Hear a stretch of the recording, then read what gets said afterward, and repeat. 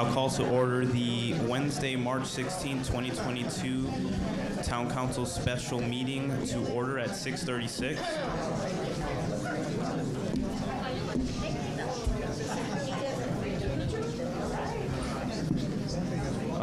All councilors are present, and therefore we have a quorum. On to the salute of the flag.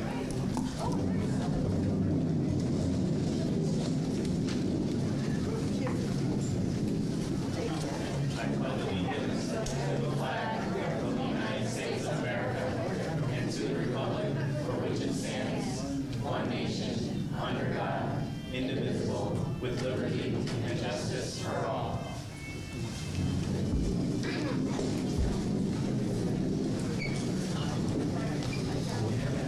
Okay, so before we get started, I just want to clarify a couple things. First, we had a special committee meeting scheduled and a special council meeting. The way our process works, the way we vote on things go through committee first, then they come to council. So you may have a special council agenda here. It says new business, Edge Data Center host municipality fee agreement. We will not be discussing that today because that was only there in case the committee of the whole passed the host fee agreement, then it would go to the council meeting. So it was only on there contingent of the committee approving it, and then it would come to the council meeting. So the only other thing on our agenda is just response for receipt of citizens' petitions.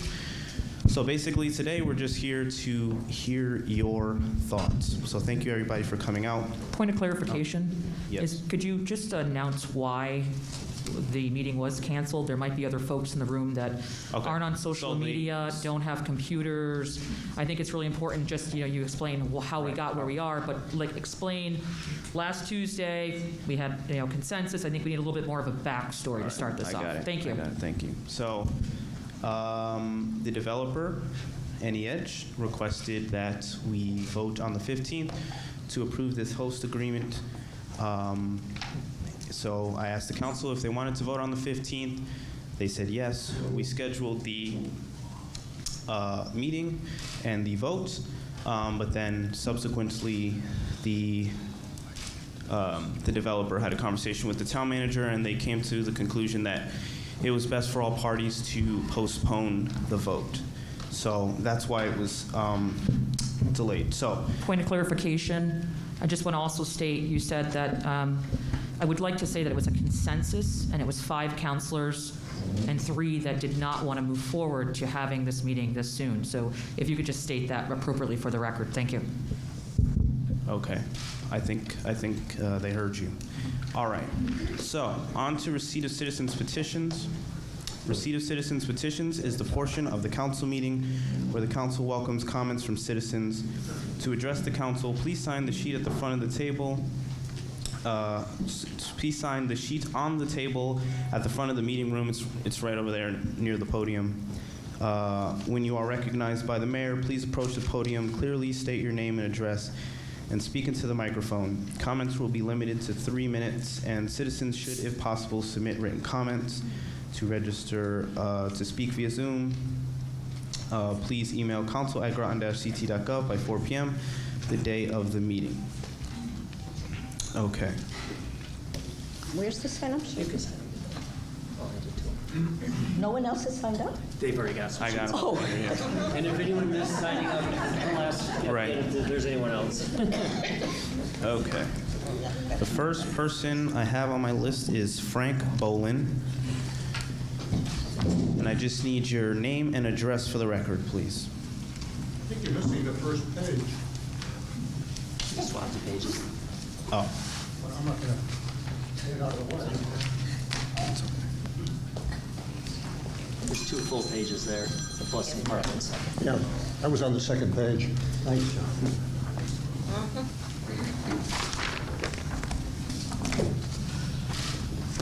There are copies here. You want more than 2 sign? That's what I have. Good evening. I'm Frank Boland. I live over in Mystic, and I'm on the Sustainability and Resiliency Task Force, your Sustainability and Resiliency Task Force. We, the Groton Resiliency and Sustainability Task Force, just to reiterate what we wrote to you in March early, respectfully recommend that the town not enter into the proposed host municipal fee agreement with the Northeast Edge LLC as amended and dated March 12th. This revised agreement contains insufficient information about the nature or operation of the data center and is unresponsive to the task force written concerns in our letter of March 1st. As we stated in that letter, the town council seems to have not considered the Northeast Edge proposal in the context of the resolution that you passed last year. Mr. Quinn states that the proposed Northeast Data Center will require between 100 and 250 megawatts of power. That's a colossal amount of electricity energy for a single facility. And just to scale it, and you can scale it in a variety of ways, but some of us lived through a hurricane and know that something on the order of 10 kW, 10 kilowatts, will take care of most of our houses. So you're talking about something between 10 and 20, 30,000 houses could be fed by 100 to 250 megawatts. In addition, if you take a look at the recently permitted, or nearly recently permitted, South Fork project, that's a 132 megawatt project, wind project, off the South Fork of Long Island. So you would require all of the capacity from that project to feed into this one, and it may not still be enough. The, excuse me.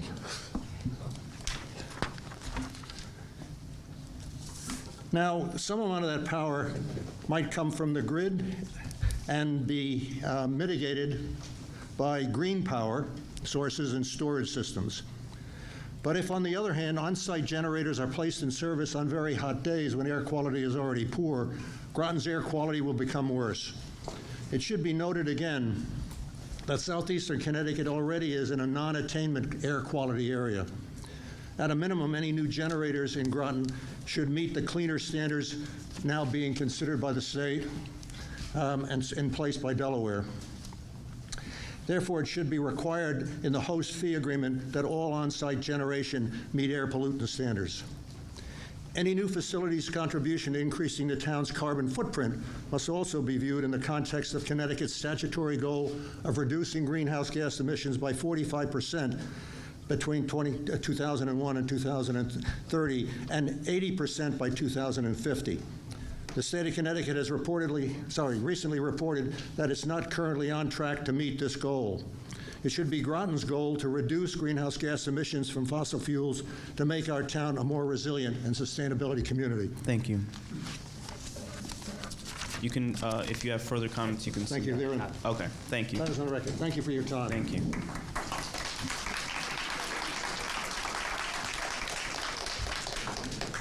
Next on the list is Deborah Williams.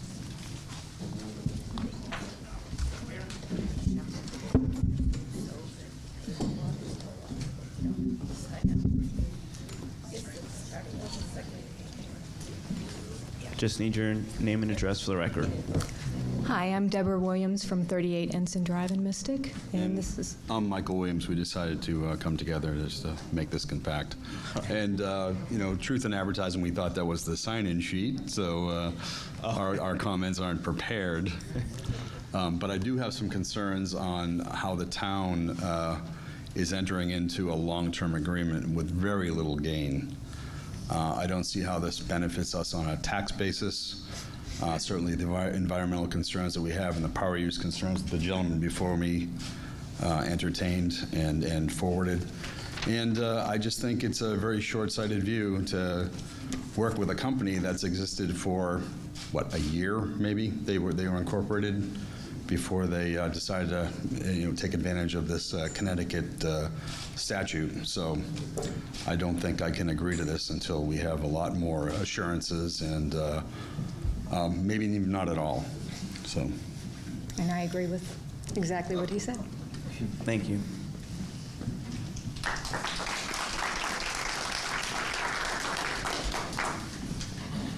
Next I have, I believe it says Dill Wilson.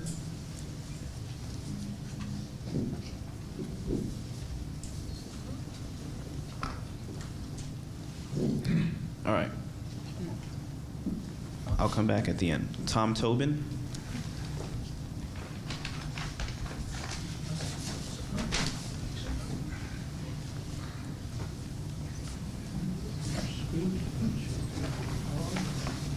Thank you. Just need your name and address for the record. My name is Tom Tobin. I live on Irving Street in Groton. Good evening, members of the Town Council. So here we go again, chasing an unwritten proposal by Thomas Quinn, an unknown would-be developer with a checkered background, no record of ever having organized or operated a data center, and worst of all, no written plan. We've never seen a written plan.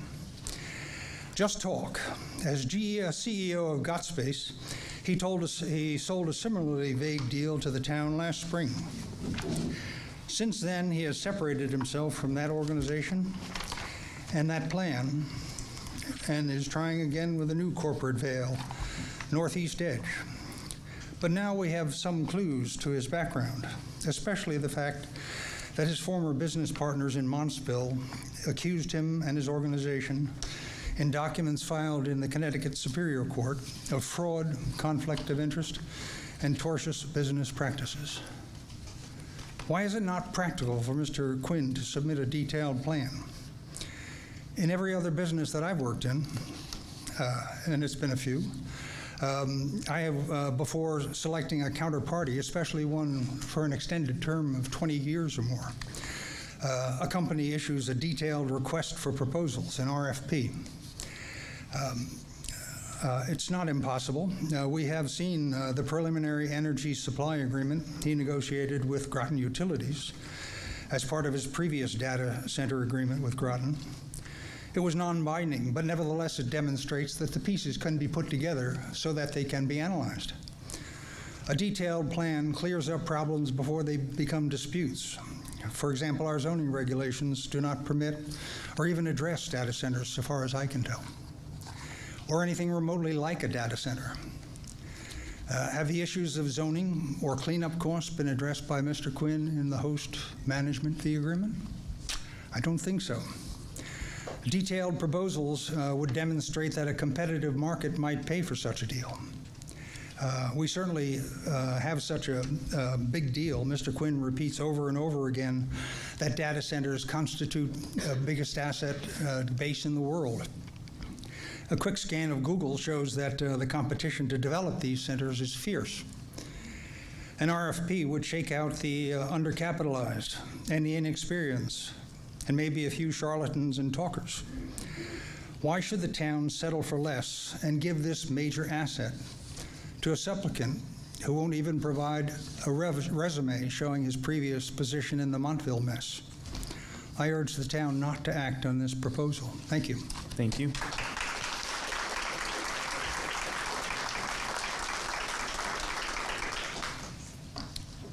Paula McDougall. Just need your name and address for the record, please. Paula McDougall, 464 Flanders Road, Mystic, Connecticut. And I'm sorry, but I believe that the town should not enter into any agreement with the data center at this site. It's too residential. There are too many what-ifs. Other sites in the area, Basra, not residential. Norwich, minimal.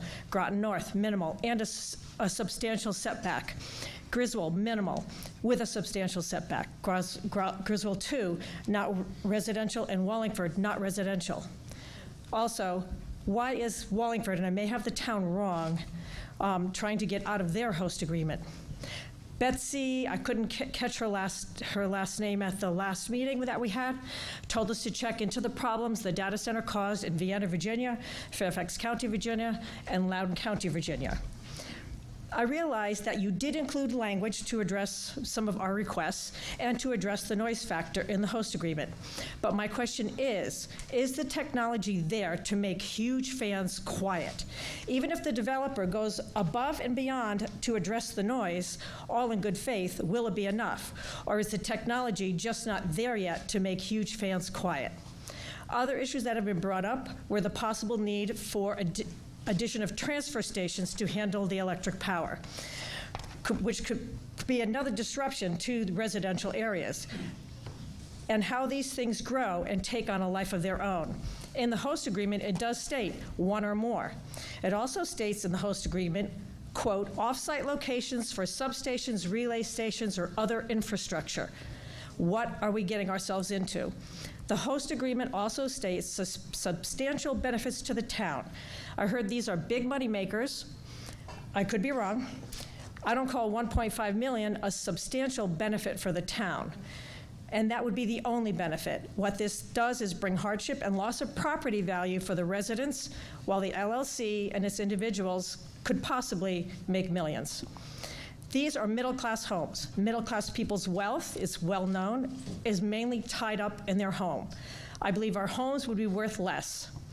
Parking in the back and lighting were also not addressed in the host agreement. Do not put the town parcel, I don't believe you should put the town parcel in the agreement now or in the future. If Groton North goes in, and that's held up, I guess, that location is a little bit better, but let's wait and see how that goes first before we get ourselves into disaster ×2. I implore you, do not agree to this site for the data center. Perhaps you could help them locate another site in the town of Groton that would work better and not impact the residents. The data center will not be like the Mystic Industrial Park that houses small businesses like plumbers and cabinet makers. This thing could be a monstrosity. Please do not do this to the residents of Flanders Road, Pendleton Farm Road, Mystic Way, or Hazelnut Hill. Thank you. Thank you.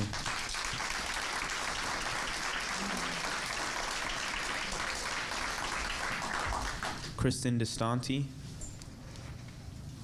Just name and address for the record, please. Hi, Kristen DeStante, 82 Irving Street, Mystic. And good evening, councilors and Mr. Mayor. And first of all, I want to thank all of you for the time and energy you put in on behalf of our community, and it's greatly appreciated, and I know it's a lot. When I drive up 95 from anywhere else and I pass the reservoir and I see that beautiful big hill of green, I breathe a huge sigh of relief, and I'm like, oh my God, it's so beautiful. I'm so lucky to live here. Yesterday, I decided to circle back along Flanders Road and just see what this property looks like along where people are living. And I looked over, and it's pristine. It's full of trees. The beautiful light was filtering through. Those golden leaves were still there from last fall. I looked, you could see through the trunks, you could see like stone, beautiful old stone walls covered with lichen. It's a gorgeous property, and these trees are all pumping oxygen back into the air. So people are flocking to Groton for vacation. People are buying homes here. Real estate is skyrocketing. Businesses and tax bases are thriving and growing. Tourists, one of the pillars of our economy, come here because of our natural beauty, our marine access, our history, our charm, our shopping, and our incredible food scene. The biggest praise I hear, I'm an Airbnb host, from my guests is how quiet it is here. They're not coming here for big box stores, strip malls, or data centers. We're not Stanford, we're not Bridgeport, nor should we aspire to be. Mr. Quinn seems to be a very smart man. He wants to make a pot of money. I don't blame him for that. We're all looking for a piece of the pie. The thing is, what's in it for us, the people of Groton? If you're going to allow the beautiful wooded gateway to Mystic to be destroyed, at least we should get our money's worth out of it. Let's say the town gets $1 million in fees a year instead of the $5 million that could come from taxes. You're losing $4 million a year for 30 years. That's $120 million you're leaving on the table. So if you're going to wreck it, at least make it worth it. What's in it for us? There's talk of jobs, 50 jobs. Not a lot of jobs. A lot of those are going to be service, sort of like security guard type of jobs. So Mr. Quinn, he gets his money, he moves on. We're left holding the bag. What is technology going to look like in 5 or 10 years? It could be that we have solar satellites doing data services up there in the sky. So this thing could be a white elephant in 5 or 10 years. So what's in it for us? A big chunk of our natural beauty is defaced and gone forever in exchange for nowhere near enough money or jobs. I haven't even mentioned the air pollution, the water pollution, the noise pollution, the light contamination, not to mention wrecking the neighbor's property value. We are the people of Groton. We live here. We work here. We play here. We're raising our families here. We're staying. We love it here. So destroying stunning woodlands to build an energy-sucking corporate park is opposite to the direction we should be going. Data centers are absolutely necessary, and there's plenty of empty factories, empty malls, other old industrial spaces that should be repurposed, not pristine woodland. So please have the foresight not to approve this plan. There'll be other, better, and more Groton-appropriate opportunities in the future. Thank you for listening, and again, thank you for your service. Thank you.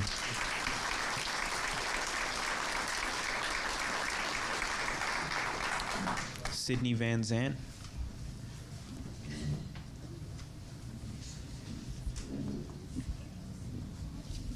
Just need your name and address for the record.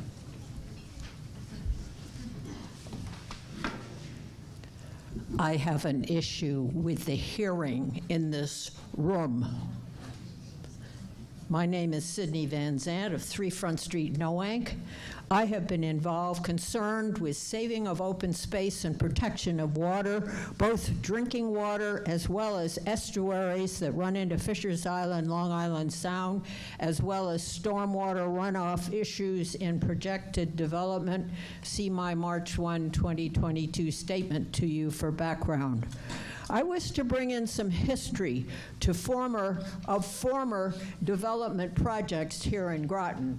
You have a copy of this in front of you, plus a drawing called When It Rains, Pollution Pours, which I will bring up. The first was a developer most of the way up Hazelnut Hill above the Pequot Clinic, which is about 1 block north of here. It had gone through the planning permit stage after months of upgrading from some large buildings to smaller homes. However, he decided to not go forward, as the town stated. He had to bring sewer and water facilities up the hill at his expense. He backed out after that because he said, these are $200,000 homes, not $700,000 homes. So though I have not seen the agreement the town council has signed with Mr. Quinn and the one they tentatively planned to sign tonight, I would hope that the agreement states that he would be covering all the expenses for this development and not the taxpayers of Groton. The second was a road proposal bond issue to go from Route 117 out here all the way up the hill to Flanders Hill Road. That was turned down twice by Groton voters because of the cost of building as well as stormwater runoff. I have included a report from the environmental organization called Save the Sound that was put out after the proposed development on land on Route 184 of a small shopping area that turned out to be a Walmart. They figured runoff of 12,000 cars a day would drain into Hempstead Brook. It would have occupied about 11 acres, rumor has 14 for this project, and enough hard surface to generate almost 300,000 gallons of stormwater in 1 inch of rainfall. Note that the big box in the attachment that you have in front of you is pictured with a drain at the bottom corner. Do you know where that drain would go? The land below this boundary would cross into private public property purchased by and owned by GOSA, Groton Open Space Association, 63 acres purchased in 2010 called the Sheep Farm, and next to it, Sheep Farm South purchased in April 2021, just a month or so ago, of 104 acres. All the funds came from grants from the state of Connecticut, as well as foundations and private individuals. What sort of pipe are you going going to insist on that sends the runoff from this project of 14 acres somewhere else? How are you going to deal with Section 82B of the Connecticut General Statutes that requires the town to protect Long Island Sound in its regulations? In any municipality that is contiguous to Long Island Sound, the regulations adopted under this section shall be made with reasonable consideration for restoration and protection of the ecosystem and habitat of Long Island Sound, and shall be designed to reduce hypoxia, pathogens, toxic contamination in Long Island Sound. Such regulation shall provide that the Commission consider the environmental impact on Long Island Sound of any proposal for development. Thank you. I have 2 paragraphs left. May I read them? I have to keep to the 3 minutes because then I cannot hear you. I'm going to keep it to 3 minutes because everybody has 3 minutes, and I can't make exceptions for anybody. I'm sorry. Well, if you I have further guess I comments, you can't can tell submit you them. about some of the other things that are dramatically bad. You have a copy of this report in front of you. I must report that I urge you, the town, to turn down this application. It's going to be more expensive, and if it is anything like the one when we had Walmart, it went for years. A lot of pencil sharpening by a lot of lawyers, and almost every environmental organization in the state, I would say, was there. So you have the end of my report. Thank you very much. Thank you.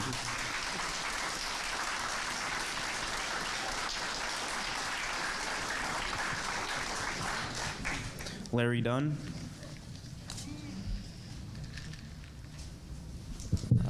Madam Mayor, Yep. I'd like to make a motion to amend that we allow for folks to speak 5 minutes, considering some folks come up and only speak a minute. Okay. I just one deserve- second. let me I need finish. a second. I need a second. Okay, go ahead. All right. I think it's really important. We got here, and we were only not going to even have possibly a public comment on last Tuesday. We weren't even sure. And we got to this point and wanted to have it, then canceled it. Folks prepared to come out tonight to speak. We have yet to have a public hearing. I feel folks should have the 5 minutes. Some may not exercise that right, but I think we should give them their voice matters, and that their voice is how we got our seats up here, and we should respect that. Thank you.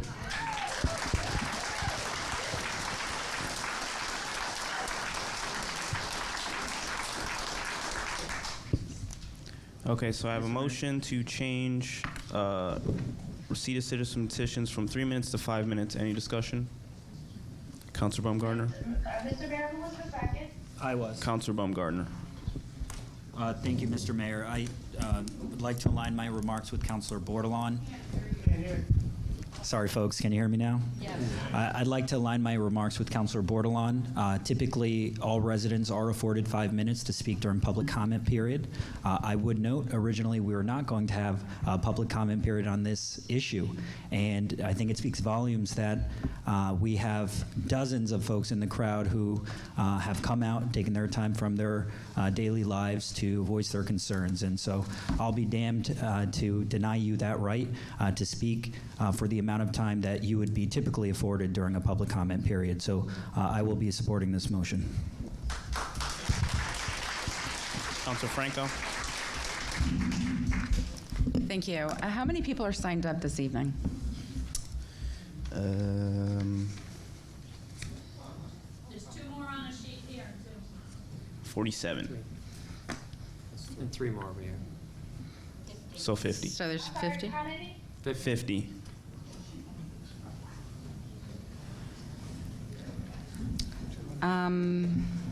Let me take a moment and do a little math. Thank you.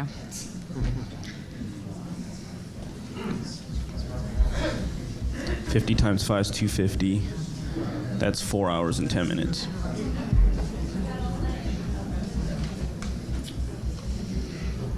Thank you.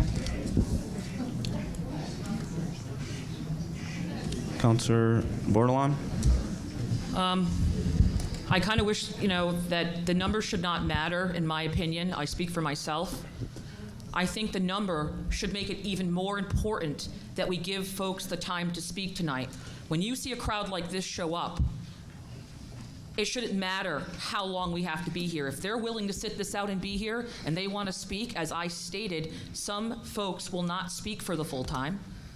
And if we have to sit here and this is what we're obligated to do, this is good governance, this is democracy at its finest, this is what we were elected to do, and we deserve to give the folks their voice no matter. Okay, so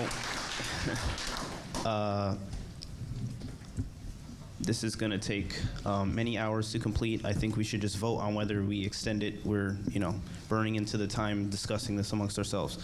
So, all in favor of changing to 5 minutes, say aye.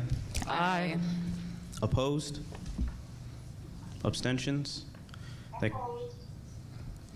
Okay, that carries 8 in favor, 1 opposed. Parker, 0 abstaining. It passes. We're at 5 minutes now. Okay, Larry Dunn, just need your name and address for the record. Larry Dunn, 91 Crosswinds Drive. And I'm speaking as the chairman of the Conservation Commission. We did provide input to the town manager and Mr. Mayor back on March 9th. We took the position not to support or oppose the data center development per se, because as long as the facility meets current building and zoning requirements, the data center could be built. There are existing planning, zoning, wetland restrictions which remain to be evaluated to address the siting of the buildings, water runoff, encroachment to wetlands, et cetera, et cetera. So there is a long-standing process to do that. The real question is, does the town gain from the trade-off of taxes for a fee and gain the opportunity to ensure there's minimum impact on the town of Groton's environment? The hosting agreement provides a unique and unprecedented opportunity to control the environmental impact on a facility built on private property in an industrial mixed-use zone. The hosting agreement trade-off of fees versus taxes to build the facility are earned only if that facility meets defined environmental restrictions. The hosting agreement currently requires that the facility meets the following: building the green data center requirements, purchase specific diesel generators to restrict pollution, provides direction on use, recycling, and storage of hazardous materials, measures and limits noise pollution, and donates to the town 50 acres as open space supporting the town's Greenbelt plan.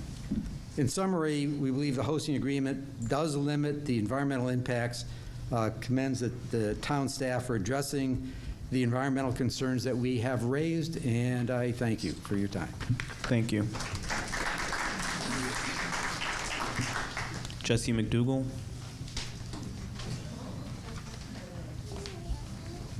Just need your name and address for the record. Hi, I'm Jesse McDougall, born and raised at 464 Flanders Road. This is my daughter, Luna. She's 7 and an independent, so you have to work hard for her vote. You don't know what that is, do you?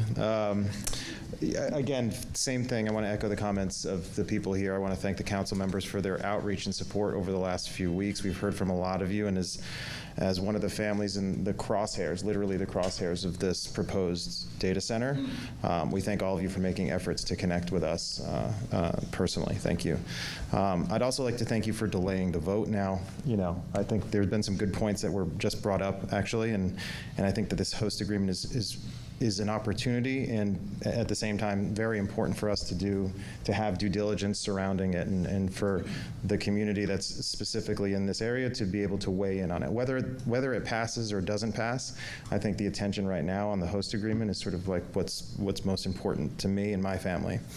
And just to the crowd here, that time is kind of an ally to both sides, right? We can, on one hand, a skeptical public might have time to dig into the details and do some more due diligence and discovery and find critical information that'll sway our decision one way or another.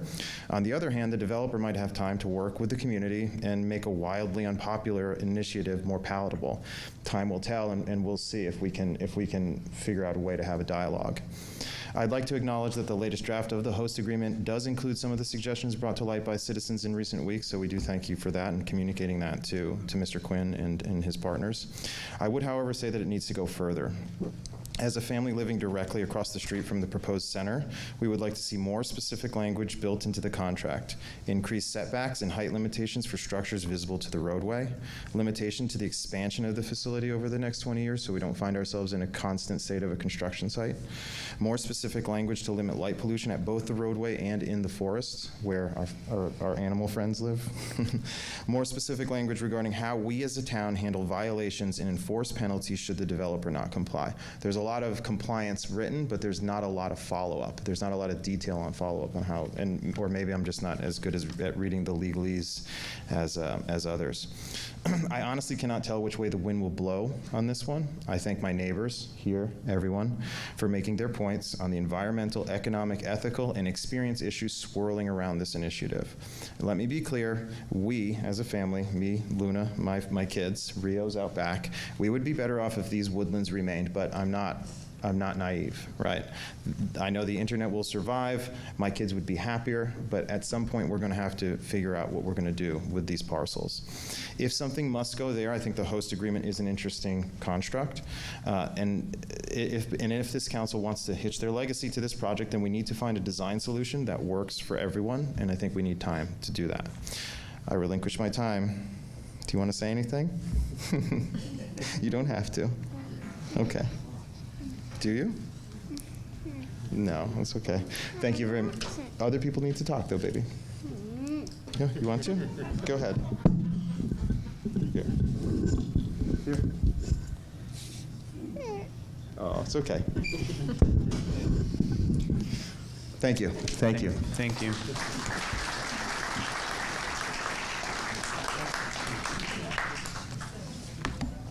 I think Kleber Van Zandt.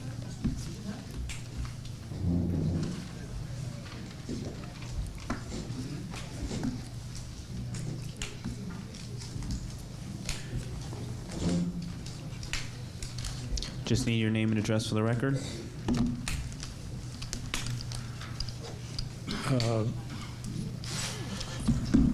I'm Claiborne Van Zandt. I live at 3 Front Street in Noank.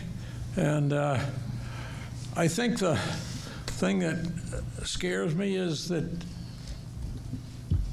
whether I'm for or against the development that you're talking about, I don't think you could dare proceed without an environmental impact statement, a full-blown one that covers all the dots and all the dashes.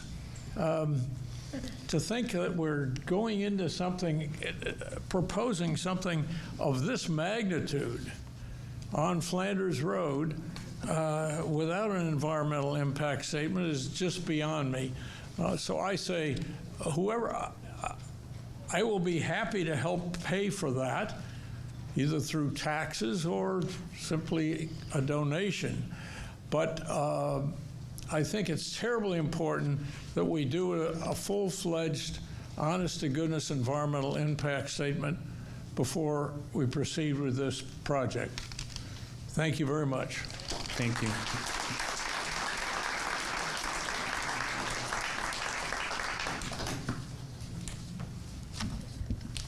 Catherine Pratt. Mr. Mayor, a few messages are coming through saying they're having trouble with the audio online. If we could just let the tech support know. There's some folks that are having trouble hearing via Zoom.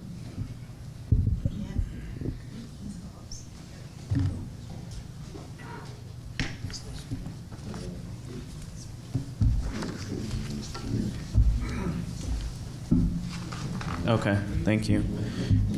Just need your name and address for the record. My name is Catherine Pratt, and I live at 75 Front Street.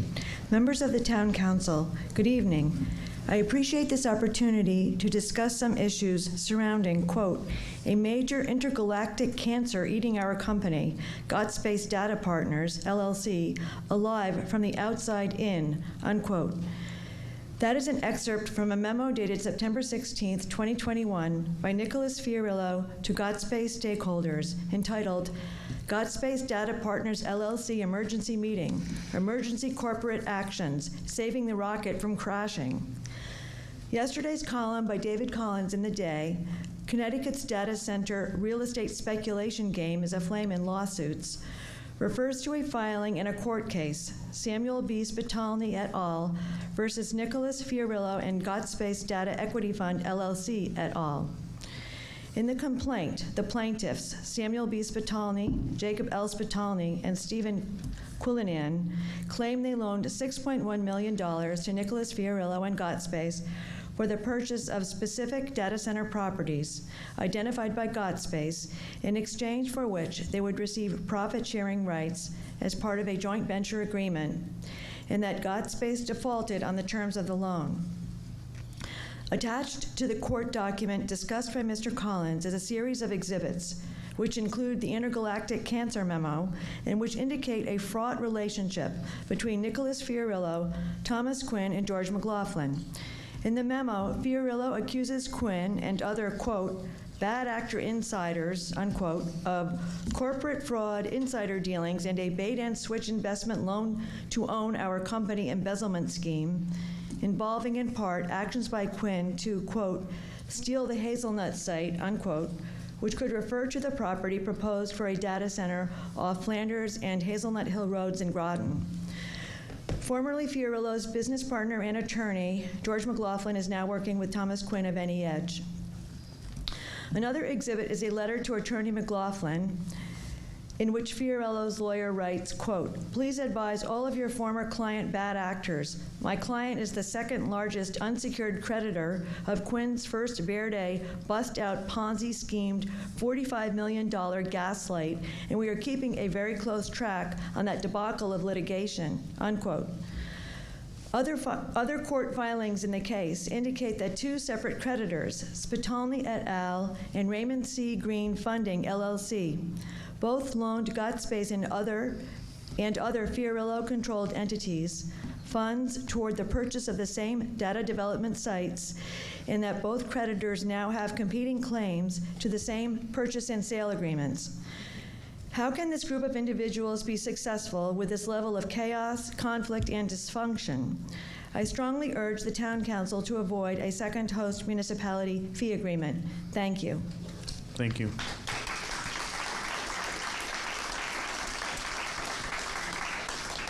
Liz Raisbeck.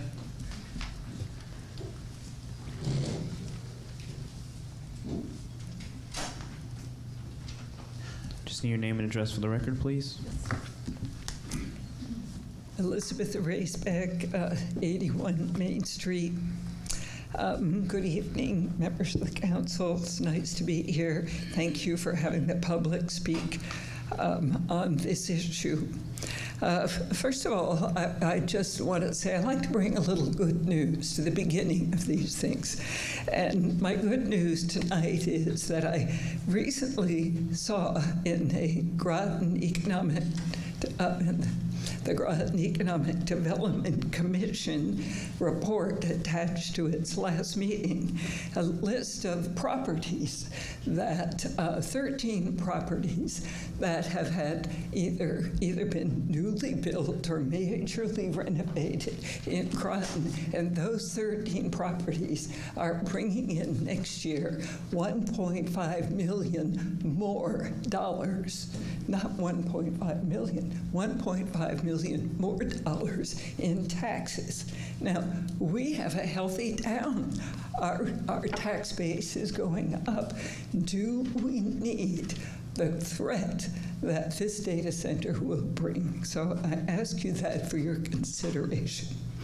Second, I want to say that we need to hear from the council. You have been hearing a lot of information. You have a lot of information the public does not have. We want to know why you feel it's okay to do business with Mr. Thomas Quinn. I think that's a very important question. His track record with these other partners, as Catherine Pratt just pointed out, is shady. I have to say it. It really appears not good. And do we want to hand this person these huge rights in our town to develop a very complicated project. Whoever's actually building it, that's a black box to us. Is it to you? Do you know who's going to build this data center? Or is it just we, the public, who don't know? These are really big issues for the council to deal with, and the repercussions of your decision here are going to go on for many years to come. I just want to quote from a letter that appeared in the Day this morning from a Mr. John Michione, I don't know him, a businessman living in Groton, who says, "The town has not shared, and the project leader and the project led by Thomas Quinn has not offered any information regarding his prior experience, success, or competencies. What projects has Mr. Quinn developed and of what scale?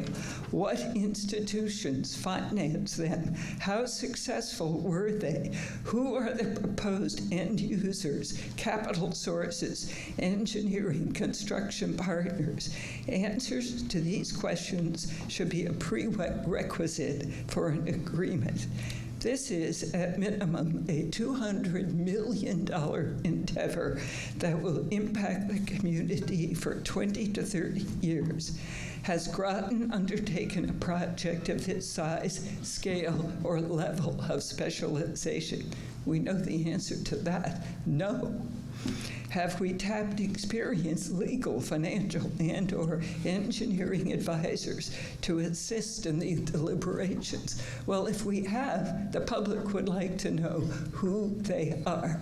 Because frankly, some of the key experts that you have listened to, we brought to you, and where they were allowed to speak for 3 minutes, like Lynn Marshall, PhD audiologist with a long career in noise abatement.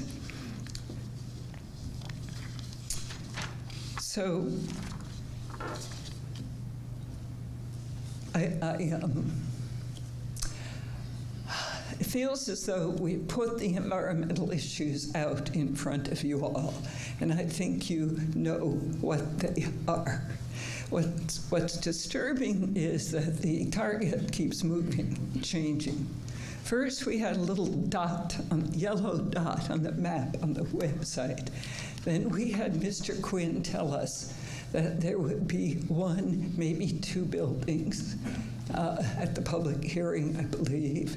Then in the new draft of the host agreement, we have a proposal for 3 buildings. 3 buildings plus all the generators. How many generators is that going to be? Thank you. Thank you. I'm finished? Okay. I'll leave it at that. Thank you. Thank you.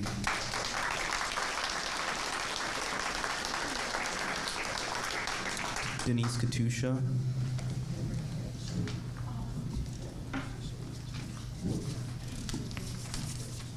Just need a name and address for the record, please. Denise Katusha on Flanders Road.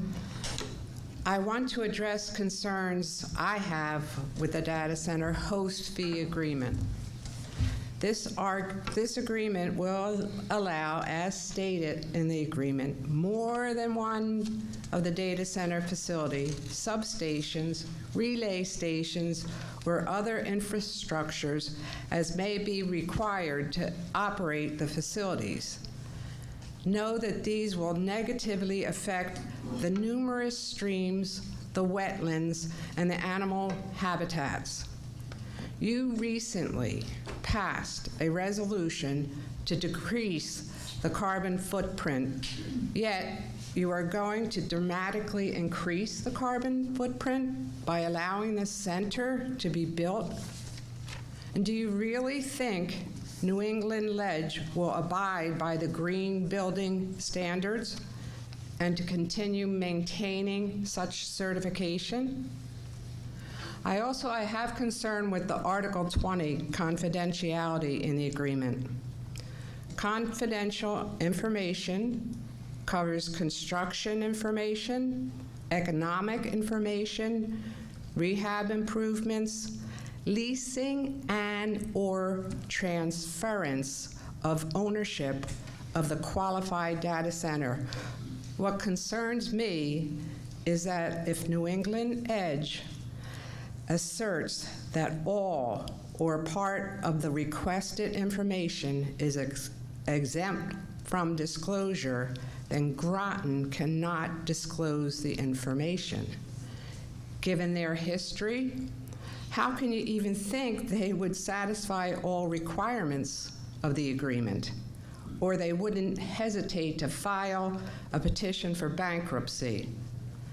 I also ask the town of Groton to hire their own board-certified noise control engineer and not allow New England Edge to hire one of their workers to prepare sound monitoring protocol. Above all, do not give away our 17.5 acres of preserved town of Groton land on Flanders Road. We, the tax-paying people of Groton, deserve to be heard. Thank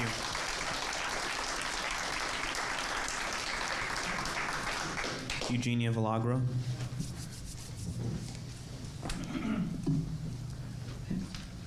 Just need your name and address for the record. Okay. My name is Eugenia Villagra, and I live at 76 Riverview Avenue. Town council and staff and everyone else gathered here to speak their minds on the issue of the data centers. The best place to begin is to say that not long ago, the Groton Town Council agreed to direct the town manager to, quote, continue seeking reductions in energy consumption in town operations as a step towards a low carbon future. So how is it that we went from this sensible resolution, years in the making, to a business as usual rolling out of the red carpet to New England Edge to come on in tax-free and build a data center that will essentially undo everything stated in that resolution? Global warming is the existential crisis of our times, and unless we act to do something about it now, all of us here, but especially our children and grandchildren, will be dealing with an even more dire situation. Our objective is to lessen future climate change impacts by lowering the town's emissions, not raise them by building a data center. Data centers use staggering amounts of electricity and generate a lot of heat, which will contribute to local and global warming. Since the data center will consume a lot of electricity, as much as possible should be generated with alternative energy. This data center could pay a little more but pollute less by taking advantage of Groton Utilities' capacity to provide a commercial customer with up to 34% alternative energy. The Holstein property, with its forested hills, wetland valleys, streams, and bedrock ridges, will make building a data center there extremely difficult. New England Edge is also planning to buy this 7.5-acre parcel of open space land from the town. It's currently a small public park covered with trees, featuring a disc golf course built on it by the neighbors, located right on Flanders Road. The developer will have to cut down approximately 14 acres of mature trees. It will take a few days to cut them all down and 100 years to grow them back. After clear cutting, they will level the hills and blast the rocky ridges to build the buildings. How could this not have a huge negative impact on the many wetlands there, the wildlife, the beloved sheep farm, and what about the neighbors, their health, and their property values? Trees and wetlands enhance water quality, control erosion, maintain stream flows, sequester carbon, and provide habitat to at least 1/3 of all threatened and endangered species. Where will the migrating birds go that now stop in that area for food and rest? The data center development will degrade Groton's Central Greenway. These environmental impacts and the additional information that has surfaced about the developer, we strongly urge the town council not to act on this proposal, and GCA would like to support Sandy Van Zant's suggestion that we get an environmental impact statement. It's an excellent idea. Thank you very much. Thank you.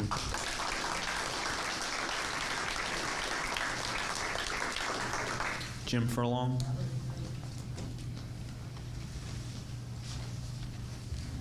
Name and address for the record, please. Jim Furlong, 57 Fishtown Lane in Groton. Good evening. Finally, the town is getting a bit tough with Thomas Quinn, the manager of Any Edge, the new outfit that's peddling a second data center for Groton.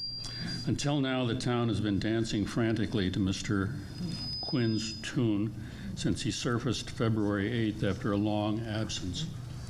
He issued an ultimatum to the town council: vote my plan in 2 weeks or lose hundreds of millions of dollars. The town did its best, arranging for a special meeting on the vote yesterday. Just Monday, it called off the vote to allow study of more noise effects on neighbors. We knew the hurry-up Mr. Quinn was rude and evasive. In his public appearance February 24th, the meeting was bait and switch. Promised opportunities to comment were denied. Mr. Quinn cut one question off mid-sentence when he was asked about the failed Montville Data Center project, of which he was chief executive officer. He angrily denied all but minimal connection with Montville. On the next day, he did reveal his title to the day. Later in that meeting, Donna Green, one of the partners in the Montville venture, dramatically shouted that he'd stolen from her and her late husband. Again, his anger flashed, avoiding the need for a sensible response. We knew Mr. Quinn was named in one of the documents that form part of the still active lawsuit that came out of this Montville problem. We were unable to get convincing answers from him for the need for 380 acres of land above and below the I-95 that he had obtained in part and was looking to complete. I could go on. I hope all of you have read the story by the day's outstanding investigator, David Collins, who has now written more about Nicholas Forillo, one of Mr. Quinn's former partners, and about Mr. Quinn himself. He says that Forillo attorneys wrote in a January motion filed in district court in Massachusetts that Mr. Quinn caused $30 million lawsuit involving the Verdi group and accused him of, quote, sinister undermining and embezzlement. Fiorillo was quoted as saying in other court papers that he can't reveal his location because his life is in danger. To sum up, the town has gotten a reprieve from a possible 30-year sentence. Don't fall on promises of improvement in the current agreement. The problem, I'm sorry to say, is Mr. Quinn. Please say goodbye to Mr. Quinn at first opportunity. Thank you.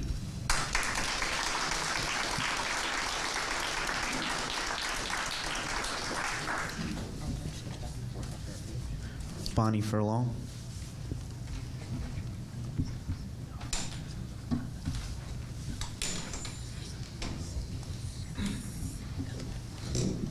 Is there an issue? Yeah. Actually, there is, Councilor Franco. I was just kind of encouraging the mayor, perhaps, if the folks here would mind, on this list that I'm looking at of 7 folks signed up, possibly a few more, some people on there that I know from the community are medically fragile and weren't able to come in. and some may not be able to stay up late as well, and there might be people here, but I thought if we do a page here and then do an equal amount from online, and then do an equal amount of people present, and then an equal amount online, to just, we all are going to be here and get a fair shot, and just for time for everyone. So that's what I was asking. Councilor Mayor Melendez, if you'd consider rotating back and forth from online and present. Thank you. Thank you. Thank you. Bonnie Furlong? Is that something we would have to vote on? No. Thank you, and good evening. My name is Mary Ellen Furlong. I live at 57 Fishtown Lane in Groton. And I have a slightly different take on this tonight. You've all heard the environmental problems. I wonder why we are here week after week going on with these problems. And I'm here tonight to say that Mr. Brock and Mr. Reiner are not doing their jobs properly. The principals of the two largest developments that this staff has brought to Groton are of dubious backgrounds, to say the least, and have no experience in the type of projects they are proposing. The Ressler fiasco should never have happened. There were other bids to build on the Oral School property, sensible builds from experienced developers.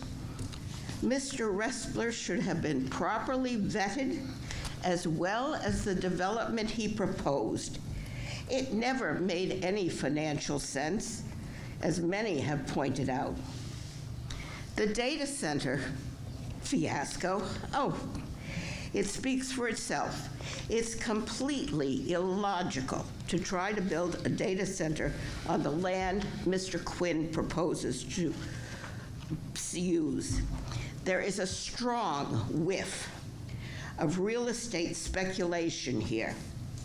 Mr. Quinn has no record of developing anything but lawsuits.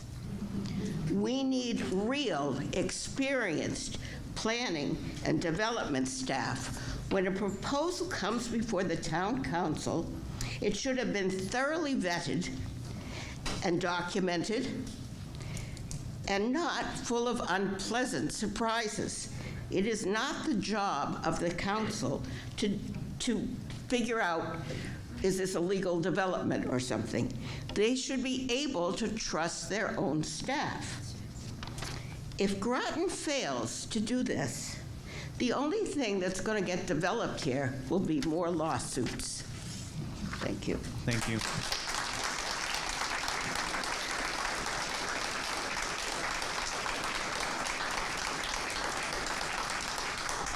Denise Momsen.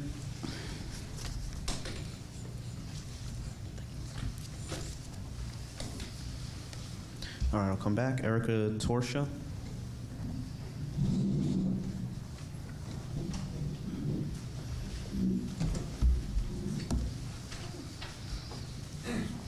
Hello. Hi, just need your name and address for the record. Sure, it's Erica Torsha. I'm at 47 Oakwood Road. I don't have anything written, so this will be short. I am very concerned about the noise level, and I'm very concerned about the environmental impact of all of this. But really, I'm up here to speak for my parents. They are elderly. My father is elderly. He's 75 years old, and he is disabled, and he suffers from PTSD. And they live literally right across the street from where this is happening. They live right on Flanders Road, and they just feel unheard. They feel helpless. They don't know what to do about this. If this goes through, they will have to move. There's no way that they'll be able to stand that. My son is 7, and he loves to go over there. He is autistic. He's very sensitive to sound. Again, the construction, the humming, I don't see how they could be able to stay there. So I just ask that when you consider this, when you're voting on it, just know that it could be ruining people's lives. Thank you. Thank you.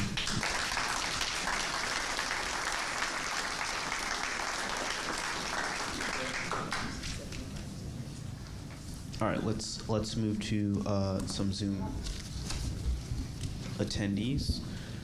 First, I have Beth Tillman. One second.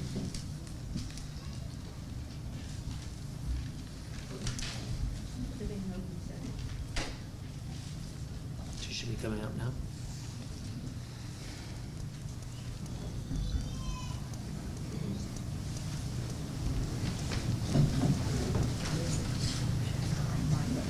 She should be available. Beth Tillman, I just need your name and address for the record. She's muted. You're muted.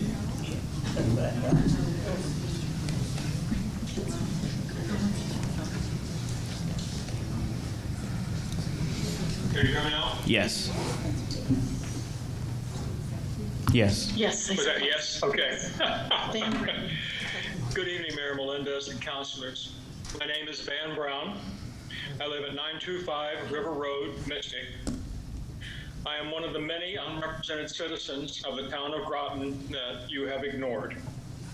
That statement does not apply to Councilor Baumgartner, Councilor Bordelon, or Councilor Westervelt. I do not always agree with them, but at least I feel they hear me. At the end of this meeting, do not tell us you hear our concerns. I have heard that before. It will be no more true tonight than it was then. I believed back then. I had hope.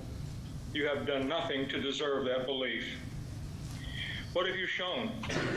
Hubris, arrogance? Trust us. We know what is best for you. This smells just like it did before. As an ex-councilor said, you have spent your political currency. Actually, you have overdrawn your credit with us. But they are bringing jobs. Translated, a developer says, I'm going to rape your town and perhaps bankrupt you, but I'm bringing jobs. Jobs at any cost, even if we don't need them. The most recent Connecticut Department of Labor statistics state that Groton has a 4.4% unemployment rate. The natural full employment figures are from 4.1 to 4.7. The signs begging for people asking to work say we are overemployed. All the surrounding towns have a higher unemployment rate than us, all of them. Easing Groton unemployment is not a problem. You are our elected representatives. Elected roughly translates as winning a popularity contest. Representative defined as typical of a class, group, or body of opinion of a legislative or deliberative assembly consisting of people chosen to act and speak on behalf of a wider group, acting on our behalf. Reading that, Mr. Webster seems to disagree with your actions. Granted, you know how to appeal to your constituents in order you sit in now, but do you represent them? You have created in your self-important secrecy one disaster after another. Where is your promised background check? You forget us when any carny barker with a flash presentation tells you about all the good he will do for you. Northeast Edge has a history going all the way back to December of 2021, with its roots in wildly failed and sued series of companies. We are just going to be one more lawsuit if left to you. You never look beyond the flash and the so far proven unreliability of your staff to judge the wants of the town. In the end, who are we going to be dealing with? Page 6F of the agreement states, Northeast Edge or its permitted assigns shall serve as the owner-operator. Who will we end up dealing with? Will this be like a wrestler ad, illegally shoehorning in a Blue Lotus, worse, or a Google who does not need tax breaks? Couldn't you please do a simple mental spreadsheet? No tax revenue, few permanent jobs. Those jobs in constructing the monstrosity will more than likely go out of town and perhaps out-of-state workers, and they will send their money away from Groton. Loss of open space, part of it potentially environmentally sensitive, 24/7 inevitable noise pollution, light pollution, and if diesel generators use, air pollution, and the questionable ability of Groton utilities or the grid to supply the needed power without starving the grid into brownouts. Destruction of property values. Of equal or greater importance to any of this is your destruction of any belief our town and our town governance. Did I mention no tax revenues? Did you think to yourselves, this is going to be great, let's do it? Groton is an unfriendly place for developers because of you. Without consulting, hearing, or understanding your constituency, you embrace these overblown plans with improbable partners.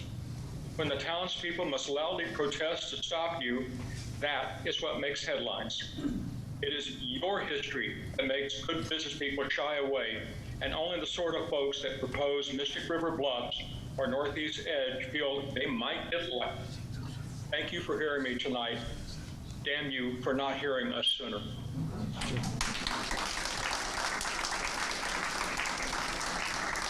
Good evening to the town councilors, Mr. Mayor, and Ms. Burke. I am Beth Tillman of 925 River Road. I've come to this at a slightly different viewpoint than my husband and others I have heard. To me, this is the famous quote of Yogi Berra, deja vu all over again. We've been here, we've done this, we've encountered shysters, charlatans, and con men. This is just another case of another con man trying to win over Groton into committing to something that will bite us badly tax-wise in the end. When I started looking at all of this, I ran across an amazing Forbes article that was written in 2019 examining about 15 of the major data centers that had gone in the US at that time. The title of it, and I will send it to all of you to read because it's really a fascinating article, is Data in the Dark: How Big Tech Secured $800 million in tax breaks for data centers. And with that, there's this statement that a combined $10 billion of the value of these projects, none of which is of course taxed because they have all the tax abatements, tax givebacks, and anything else that they can negotiate out of the towns that are hosting them, created approximately 837 permanent jobs.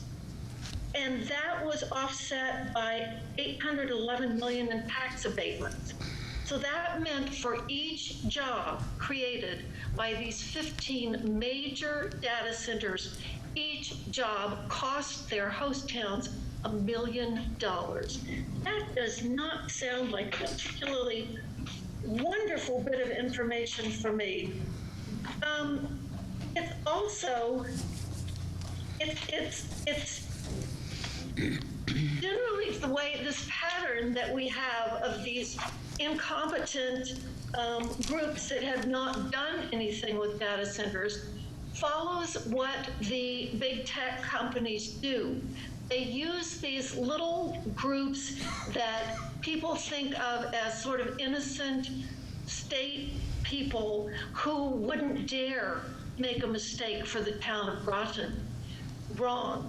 These are the kind of groups that Google, Amazon, and other big corps, Apple, all of them use when they're putting in data centers. If you look at it, it says that the contract can be assigned. So these little guys badger, pressure towns and municipalities to give them every single tax break that can get out of them. And then they just sell it to one of the big tech guys who don't need the tax breaks. They could pay full freight for putting these things in. So who are we actually really going to be dealing with? And if it is one of these major tech companies, how on earth is our little Sussman Shapiro town attorney going to counter things that their mega powerful national firms want to put into Groton?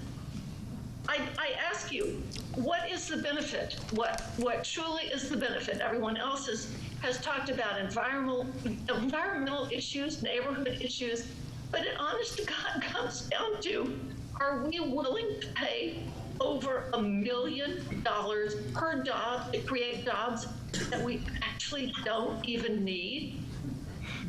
I think that's all I really need continue to say, I think that you would be well advised to read this article when I send it to you, because it's full of some horrifying information. And the construction jobs disappear. And if it is in truth one of these major companies, do you think they're going to use one of our little Connecticut firms? They're certainly not going to use local people. They're going to go to a big regional firm. And that means none of that construction money is going to stay in our town, except for meals that people buy when they're here. So I beg you, please don't saddle us with another group with unscrupulous, line-cheating individuals at the head. Thank you very much for your time, and have a good evening.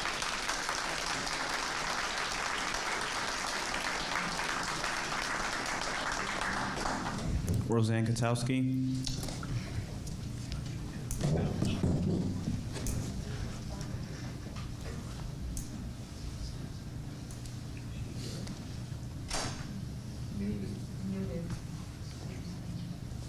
You're muted.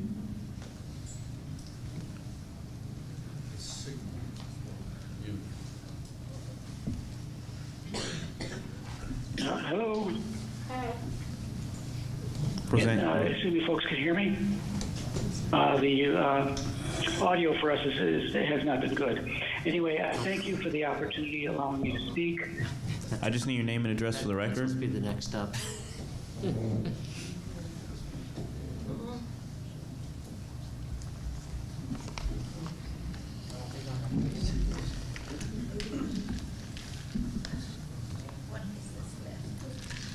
Roseanne Katowski, are you there? Hello. Okay, we'll switch. We'll skip to Owen Earlrick. Just need your name and address for the record. Are you folks able to hear me? Yes. Anyway, thank you for the opportunity of allowing me to speak. My name is Owen Ehrlich. I live at 92 Little Gull Lane, and I've been a Groton resident for over 40 years. I want to add my voice to those who have already raised the alarm about the data project, and I congratulate many of the other individuals who have already spoken, and they've done it in a far more detailed manner, in a much better manner than I'm able. However, I do need to present my case.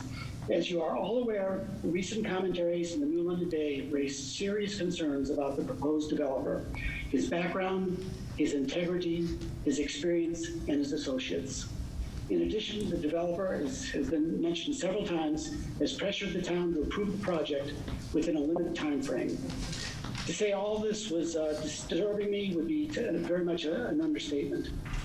I emailed members of the town council and Mr. Burt and asked that the issues raised in the New London Day be addressed prior to any further action on the part of the development project. I was told that appropriate background investigation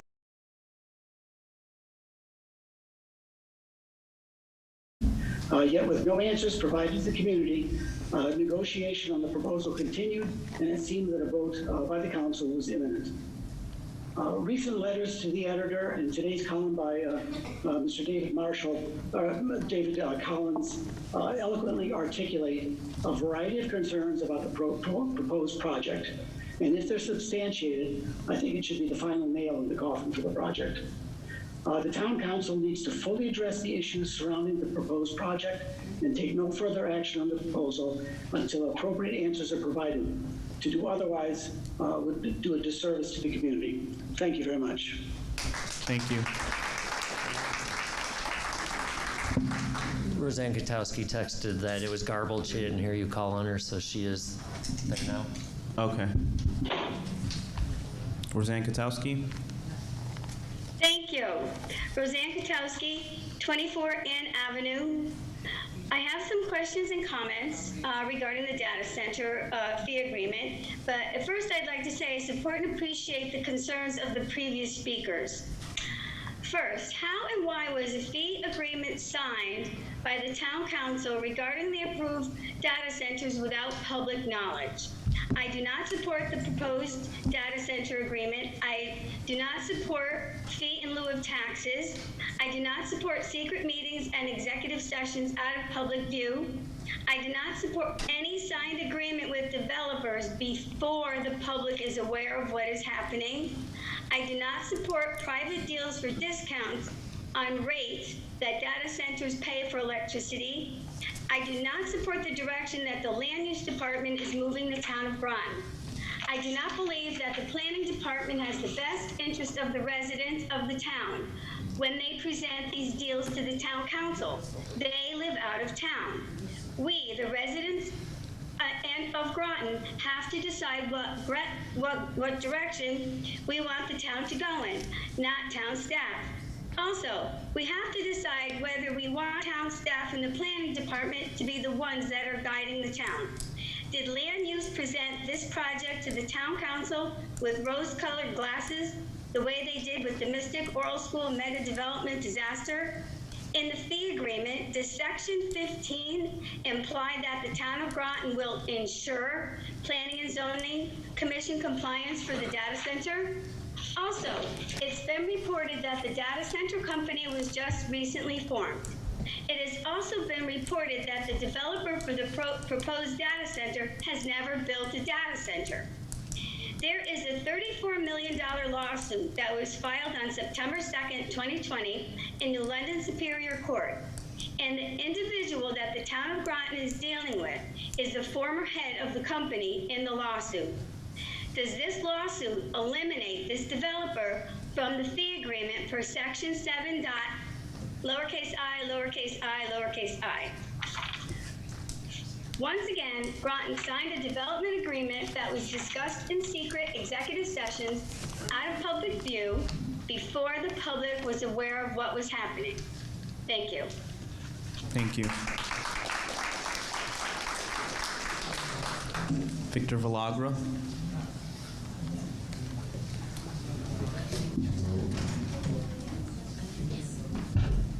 Muted. You're muted.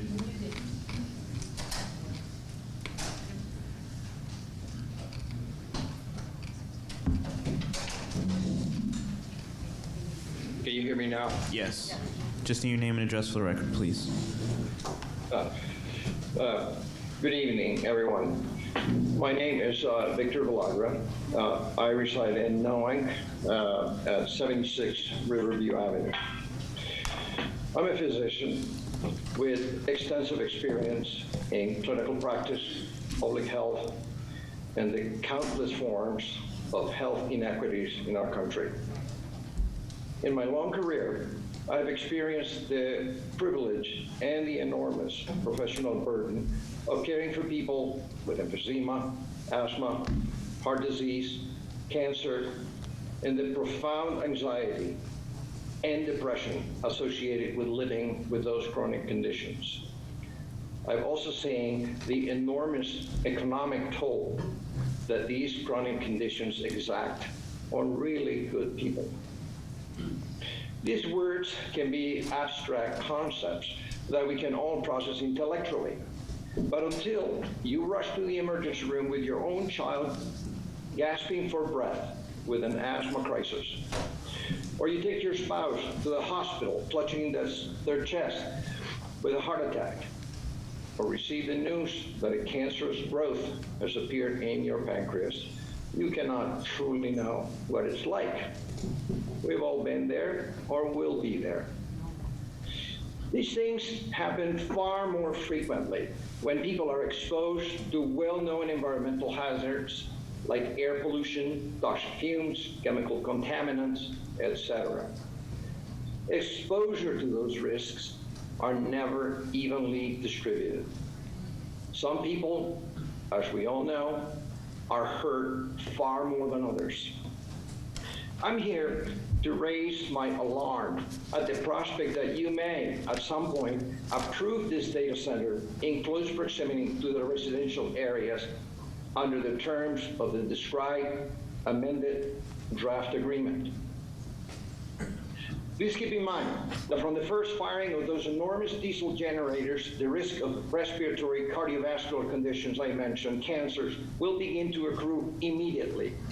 Immediately, not in years, not in decades, immediately. silently at first.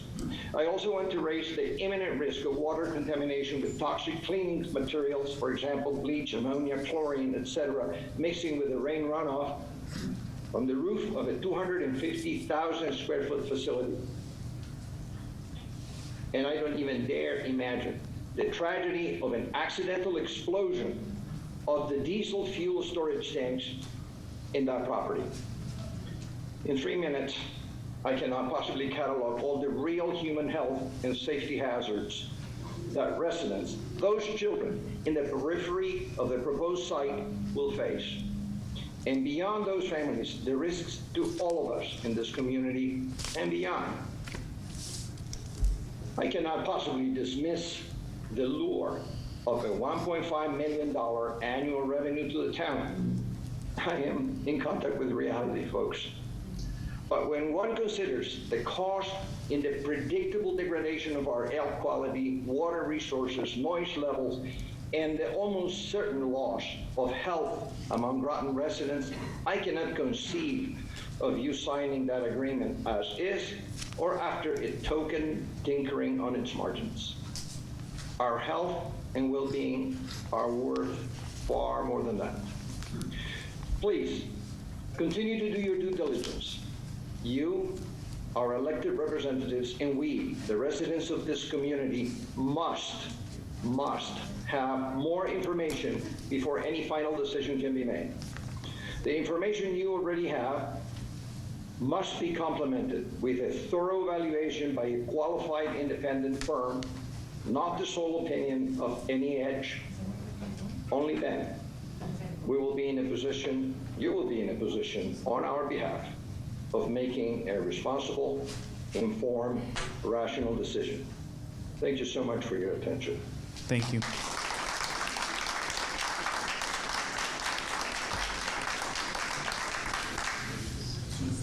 Joanne Dorman.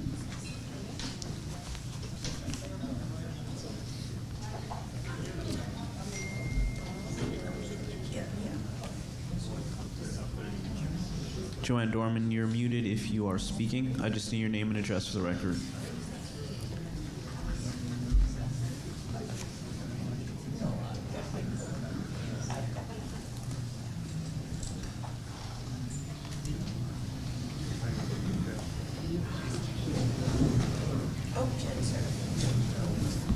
Okay, we'll come back. Alicia's dropped off. We'll come back. Is it my turn next?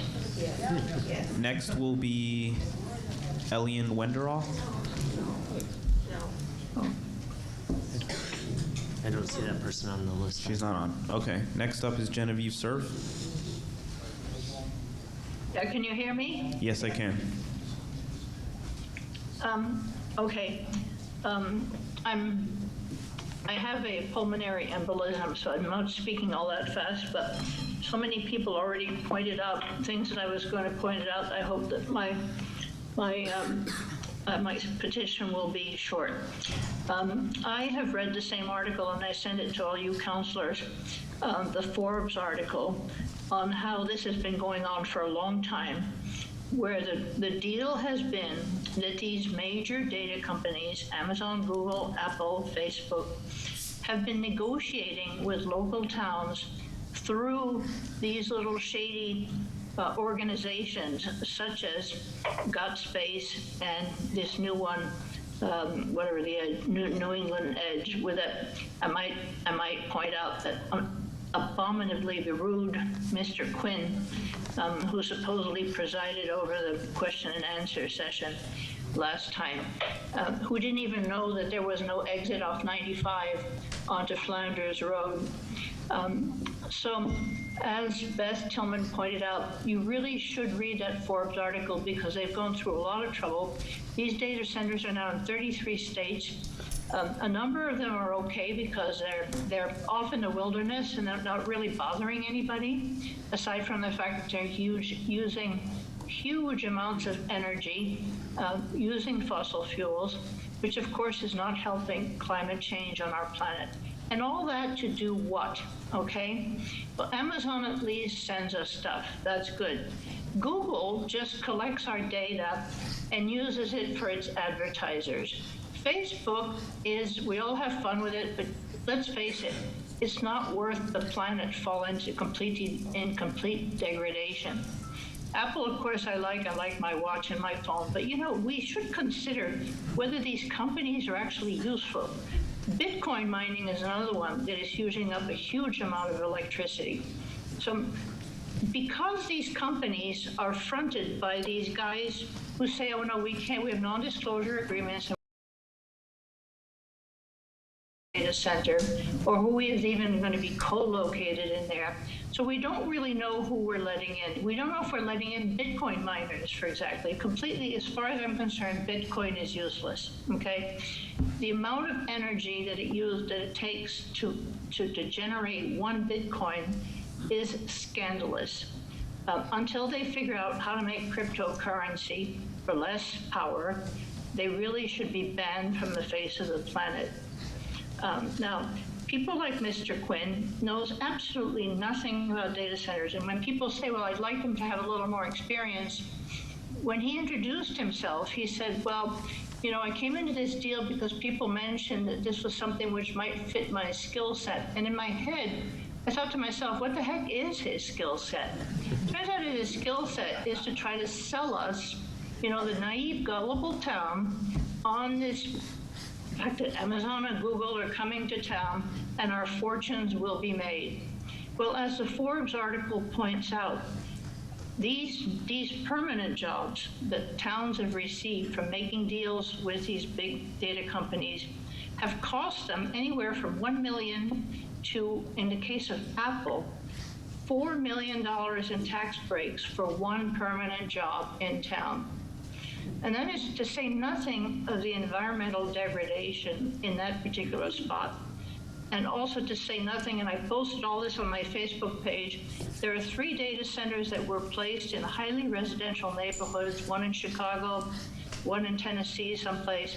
And I posted all 3 YouTubes. I got these from Bill Grant. I posted all 3 YouTubes on my Facebook page. You should go and look at those YouTubes and listen to the noise that is being generated by their diesel generators, the same ones that the doctor who just spoke extremely well before I did mentioned that was going to cause immediate health damages to the people who not only live on the Flanders roadside, but if you look at the map, there are these entrances and exits on the Hazelnut roadside.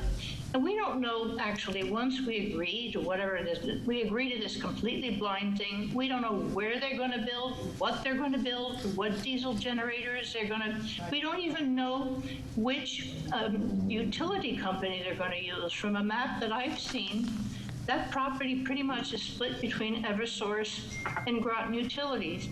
We don't know how they're going to run water and sewer and electricity there, because the last time I was involved with the Flanders Road referenda, 2 of them, as somebody else pointed out, the DEEP would not let us run water and utilities under all of that land because of the wetlands.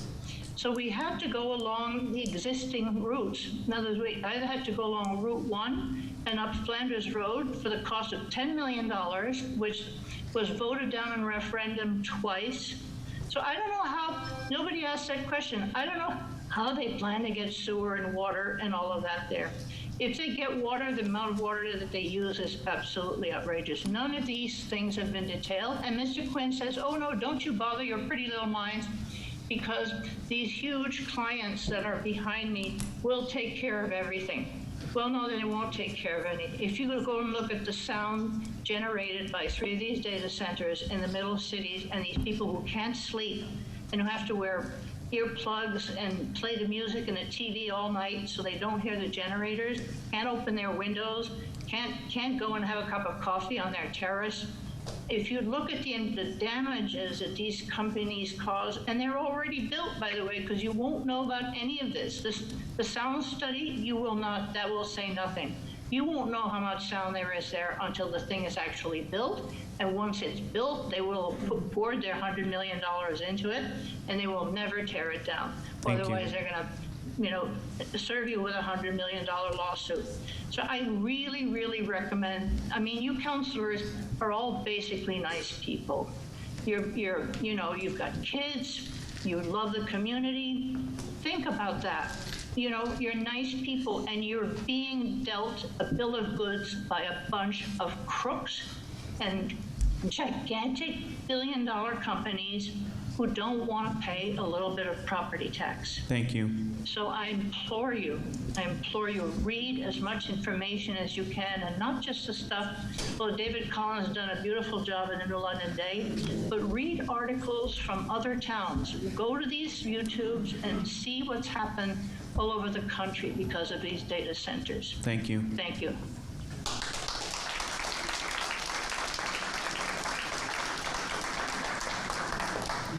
Next, I have Mike Whitney. Yes, I hope you can hear me. Yes, I can. My name is Mike Whitney, 112 Deerfield Ridge Drive, Mystic, Connecticut. The proposed data center is consistent with the industrial manufacturing zoning for this area. That's an important positive point. Such a project would be broadly consistent with the town's development plan. Nevertheless, I remain concerned about the proposal and the condensed timeline for the data center agreement. It's somewhat encouraging that no vote will be taken tonight. Such long-term decisions require extensive public input. I'm concerned about many aspects of the proposed data center. The project includes large peaker power plant capabilities provided by diesel generators. This is environmentally concerning in many ways. Groton is an environmental justice community as defined by Connecticut General Statute Section 22A-20A. This statute requires meaningful public participation in decisions for proposed affecting facilities, including electric generating facilities such as the peaker power plant for this data center. This is a compelling reason to hold a true public hearing prior to signing an agreement and further hearings if this project moves forward. While the proposed data centers would help build out the industrial manufacturing zones, it is clear that the funds collected by the town will be many times less than what would be collected if data centers were taxable. Furthermore, the town already has entered into one data center agreement for nearby property. It seems wise to have these industrial manufacturing zones be used more diversely. It is even wiser to support uses that are taxable and generate many more long-term jobs. I feel these data center agreements are far too discounted. I am also concerned that handing over town lands is being considered to support the data center. Please also thoroughly vet all those involved before considering signing another data center agreement. From what I have observed at the recent public presentation and from what I have read, there are ample reasons to proceed very cautiously. I'm also concerned that many of the project details are hidden behind a veil of non-disclosure agreements. Please make sure the town has the necessary public information before making any decisions. And I thank you all for your public service to the town. Thank you. Thank you.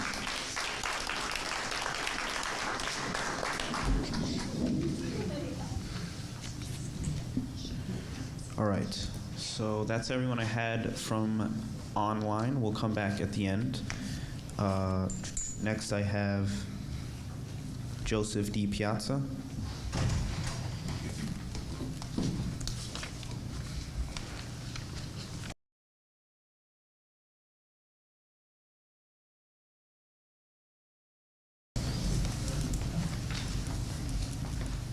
Just need your name and address for the record, please.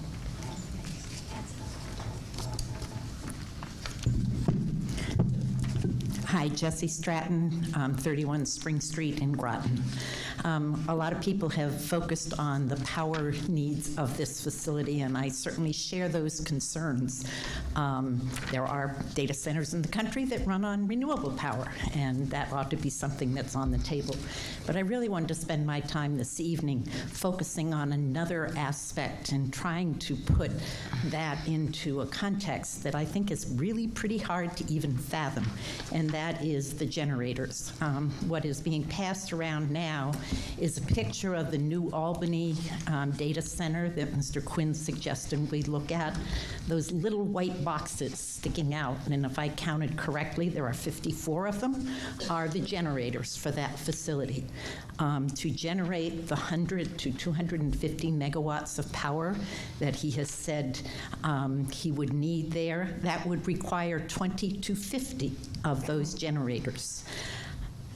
The bottom picture on there is a picture of one 5-megawatt generators. These are huge things. The Tier 4 generators that are currently in the agreement and have been cited emit 16 times the pollution of the equivalent amount of power coming from the grid. Connecticut, fortunately, strictly regulates the emissions from our power plants in order to protect public health and the environment. Even so, Connecticut experiences many days, usually hot summer ones, when poor air quality prompts public health warnings. Mr. Quinn seeks to operate these highly polluting units on exactly those days, thus further degrading air quality and increasing the danger that Dr. Villagra spoke of for those with asthma, COPD, and other lung and heart diseases.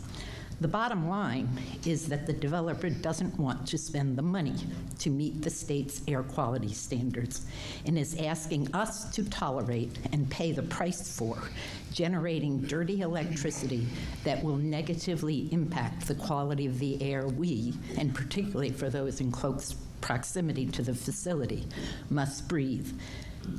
Particularly, Groton already has one of the highest asthma rates in the Ledge-Light Health District. New sources like the proposed data center generators will further contribute to Connecticut's deteriorating air quality.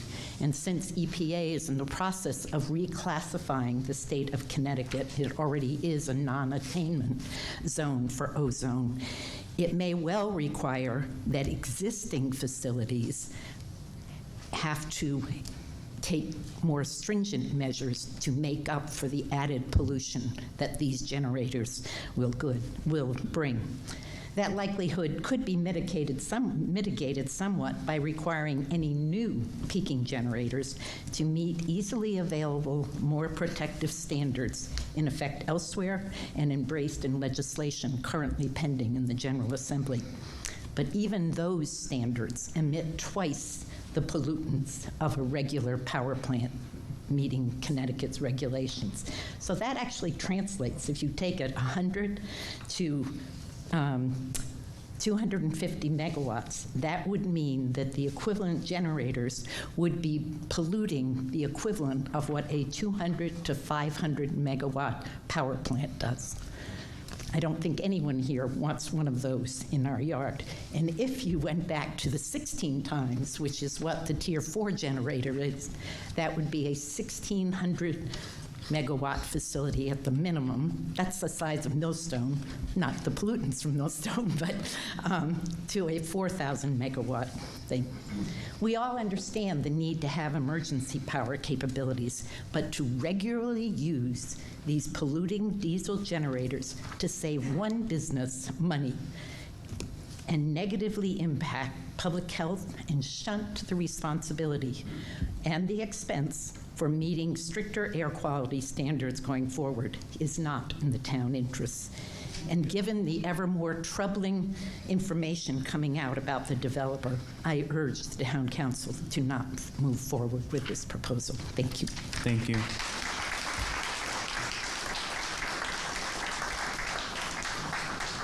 Chris Kuhn. Just need your name and address for the record. My name is Chris Kuhn. I live at 104 Irving Street in Mystic, and I want to thank you for the opportunity to speak tonight. I'm going to selectively read from my prepared comment and also to focus on the fact that the revised proposal does not address the use of diesel generators for peak shaving. I think it may be helpful to step back a bit and to say that the nitrogen oxide produced by diesel generators combines with oxygen in the presence of ultraviolet light, and that is what results in ozone, also known as smog. Dr. Villagra and Jesse Stratton described the fact that ozone is particularly harmful to people with asthma and chronic obstructive lung disease, resulting in days when it's, they're warned to stay inside. And so I want to ask the council, do you not want to examine the New England Edge proposal in terms of the potential harmful health implications of diesel generators for Groton residents and to provide for protections? Since the town is already committed to a municipal host fee agreement for one data center, which, by the way, Mr. Quinn was previously involved with, could we be looking at ozone resulting from the diesel generators of 2 data centers? I'm not aware that this has been addressed. I also wanted to say that Mr. Quinn's fitness as a developer represents a major source of concern, and yet it appears that unfolding information about his business dealings and legal entanglements appears thus far to play no role in the consideration of his application. Do members of the council take the position that Mr. Quinn has been adequately vetted? The first application by GotSpace to the town of Groton for a host fee agreement went through without public scrutiny. I assert that it is fortunate that members of the community are involved this time. We have identified important concerns. It is often the case that environmentalists are cast as anti-development by virtue of their opposition to projects that in fact in many ways don't make sense. We care, as you do, about the community. I hope members of the council find our concerns to be valid and determinative to their decision. Tonight's public hearing supplanted the original plan for the council to vote on New England Edge's proposal for a host fee agreement. Given the especially the additional information that has come out about the developer, Thomas Quinn, I strongly urge the council to decide against committing to an agreement with any Edge. Thank you. Thank you.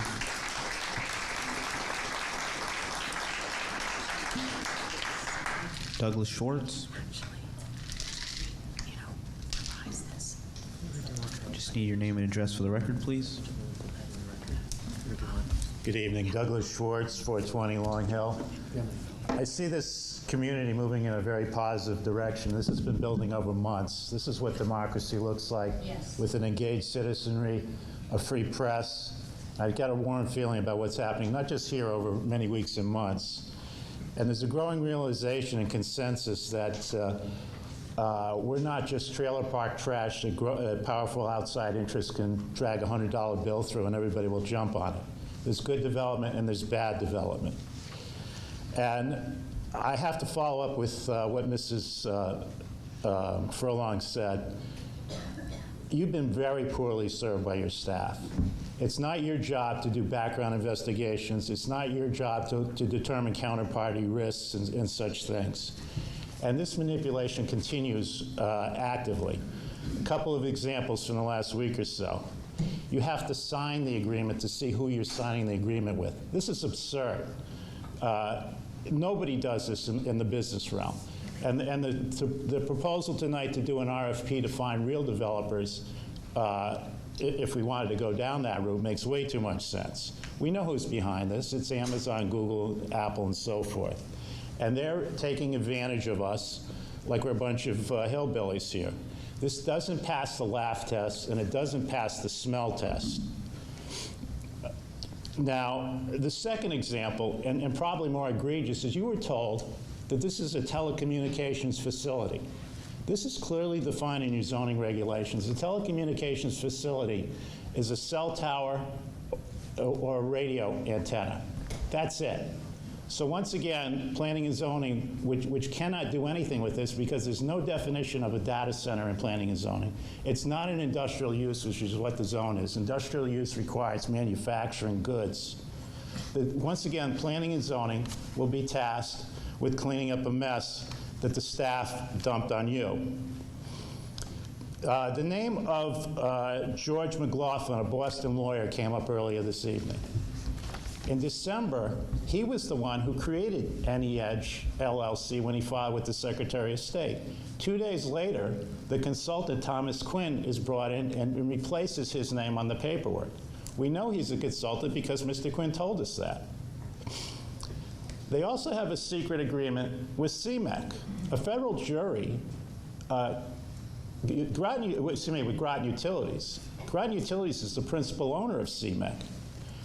These people have a secret agreement with Groton Utilities, the leadership of which was criminally convicted, and they're awaiting sentencing right now, looking at 10 years in prison. I have a somewhat different take than almost probably anybody in this room. I grew up on Thames Street in Groton. I'm only 39, I've been 39 for a number of years. But I've seen a lot of development in town. When I was a kid, about 2 blocks on Thames Street, that was the business district. I've seen the whole thing grow. All we had on Long Hill was Giuliani's Bakery. We had Long Hill Supermarket. I remember the drive-in where Stop and Shop is. And the only reason anybody came down past there was to go, when the circus came to town, they pulled in the Midway, and Burroughs Field was that, where the circus was. But I've seen it all, and we don't want to become, we can't go back. We can't go back to being a village. We can't turn into Bridgeport either. And I think the council tonight, I'm getting very good feeling, I think the council's getting the message that the citizenry doesn't want to be Bridgeport. Thank you. Thank you.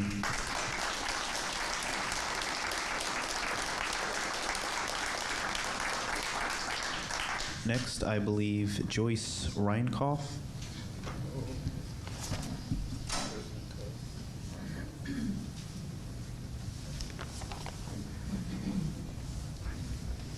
Just need your name and address for the record, please.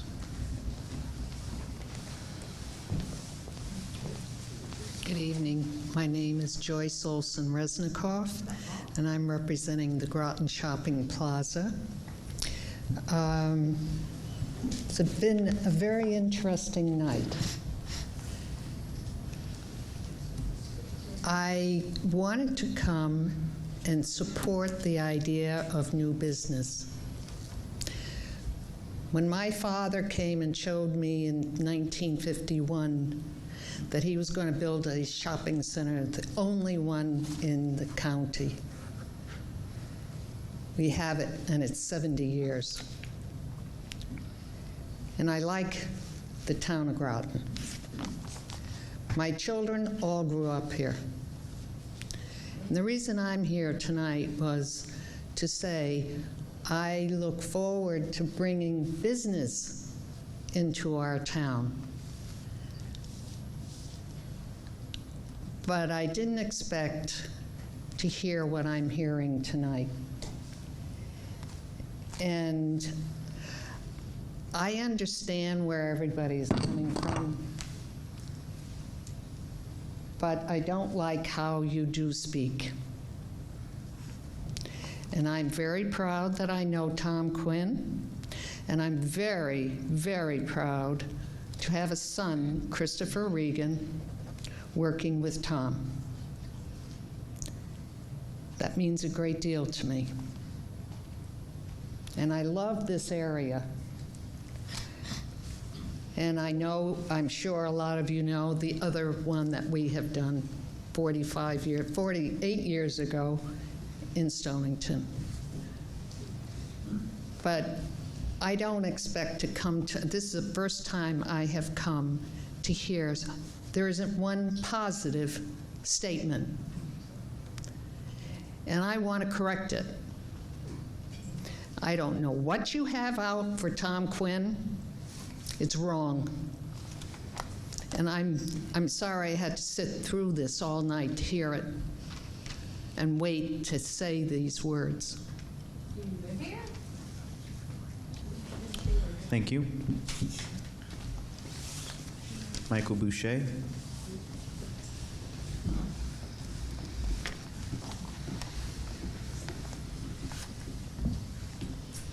Just need your name and address for the record, please. Michael Boucher, 16 Hillside Avenue, Groton. I'm here tonight because of the very acts by the Groton Town staff and some members of the Town Council threatening our community. Your misdeeds bring me here to protect the interest of good citizens of our fair town. The success of Groton depends upon the success of our government. This has not happened. As President John F. Kennedy once said, the time to repair the roof is when the sun is shining. We have weathered 2 storms, Godspace and Respler. The damage is done, and more rain enters with every passing shower. We cannot endure another storm. Faith and trust in those we chose to lead us continues to fade away like a ship far away over the horizon. Quinn must be stopped and the roof must be repaired. It is time to look deeply into your failures and take corrective action. The public has done their job, researched, reported, and reached out to our public officials. We have walked, talked, and spread the word. Like a mighty wave smashing against you, there is no pretending that we don't matter. We do. Change is not coming. Change is here, whether you like it or not. I would like to thank Portia, Andre, and Scott for standing tall and voting no to hold a special meeting to vote on the data center agreement. In a new low for the town of Groton government, a request by Quinn to rush the vote with no agreement yet available, presented by our acting mayor at a COW meeting with nothing on the agenda and presented during the communications portion of the meeting, with no discussion allowed. Those that voted in favor of bending the knee to Quinn and pushing his request for action on the agreement seemed to care little about our opportunity for a public hearing and spoke as if they had heard enough. Well, we are here. Thank you all for showing up tonight. And again, thank you, Portia, Andre, and Scott. Thank you very much. Thank you. Ian Thomas. Just need your name and address for the record, please.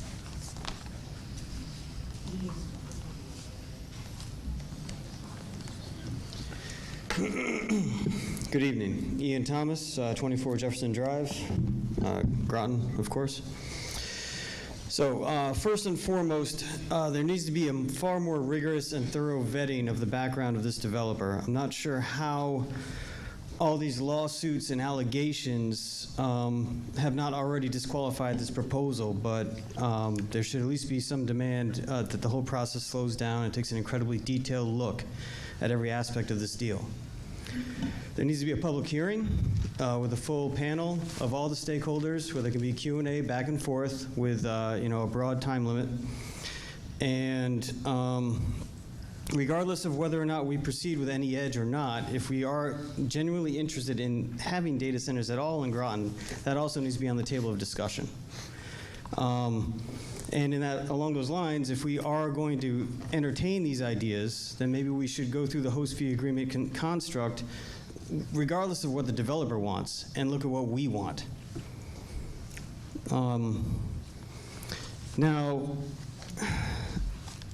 I align my remarks with much of what's already been said tonight as far as environmental concerns, the short-term job benefits versus the long-term cost of this. But I'm going to focus primarily on the discrepancies and contradictions in this document.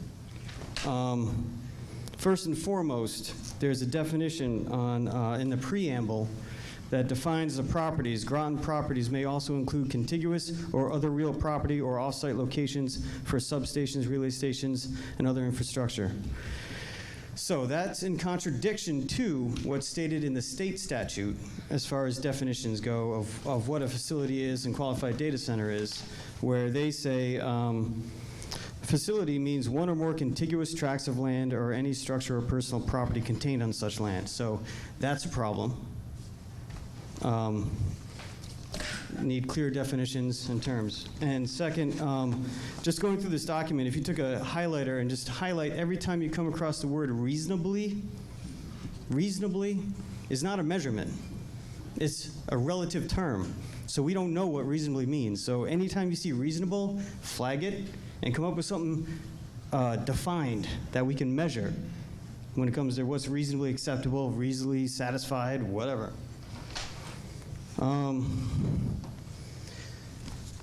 State legislature. Okay, so the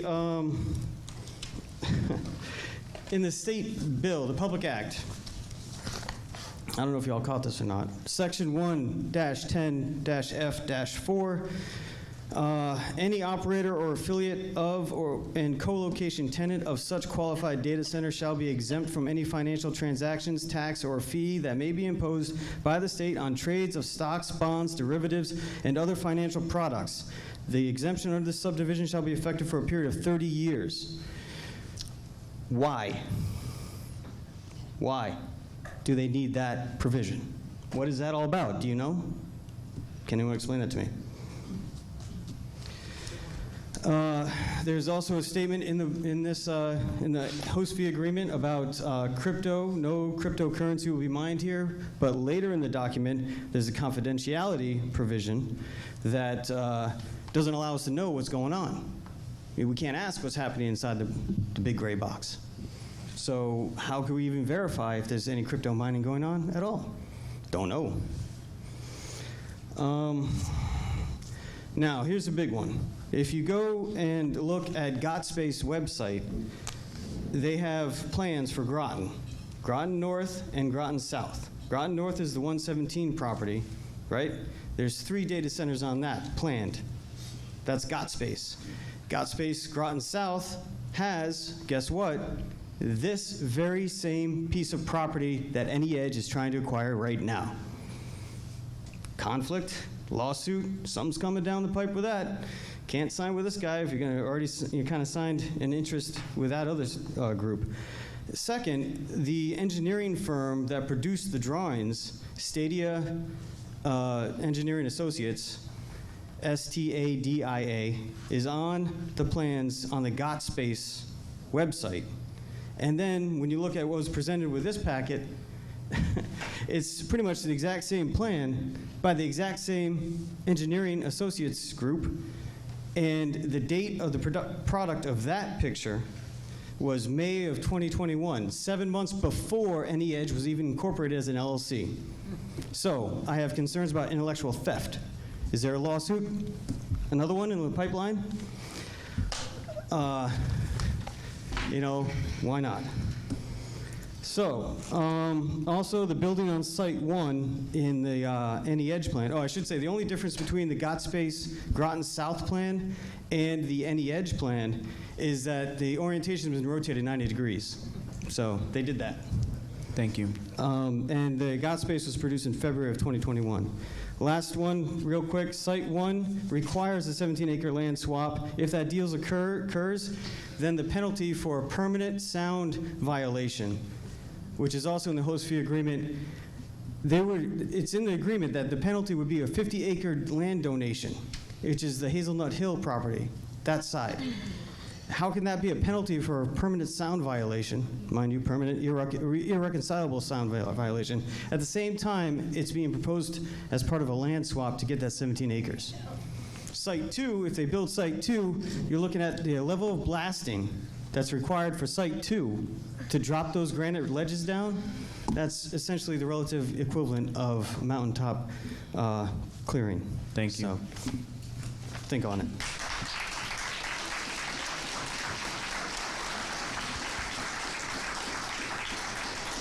Shirley Parson. Shirley Parson.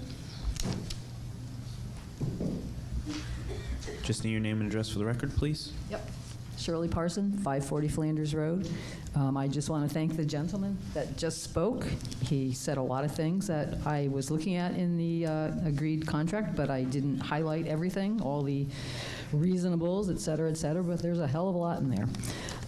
As other people have already stated, excuse me, I too have many unanswered questions and concerns about related to Thomas Quinn and his past and present companies, Verde Group, GotSpace, New England Ledge LLC, Limited Liability Corporation. None of these companies have ever been involved in building a data center. How can the town even contemplate such a huge, 250,000 square feet? That's like 10 or 11 times the size of this building. It's monstrous. It takes up, like 15 to 20 lengths of telephone poles, to put it in another perspective. I've counted. It just seems like a very bad and irresponsible business practice. As many people have already stated, and probably more people will state, there are many, many serious environmental issues at stake. Loss of land, potential water and ground contamination, constant and excessive noise, harm to wildlife, physical and mental health of residents, and issues we probably don't even know about yet, which the doctor was talking about on Zoom. We know this is a desirable spot. It can wait for the right project or rezoning or the right developer company to work with. Land has more than just a monetary value. Several years ago, I purchased my home, several years after I purchased my home at 540 Flanders Road, 21 years ago, the property behind me was all woods. One day, someone came by and asked me to sign a petition to change the zoning back there from light industrial to residential. I remember him saying something like, the value of your property will go up with building homes back there. It will go down if this is not changed because someone could put a factory back there. Fast forward, zoning was changed, and now we have Pendleton Farm Lane.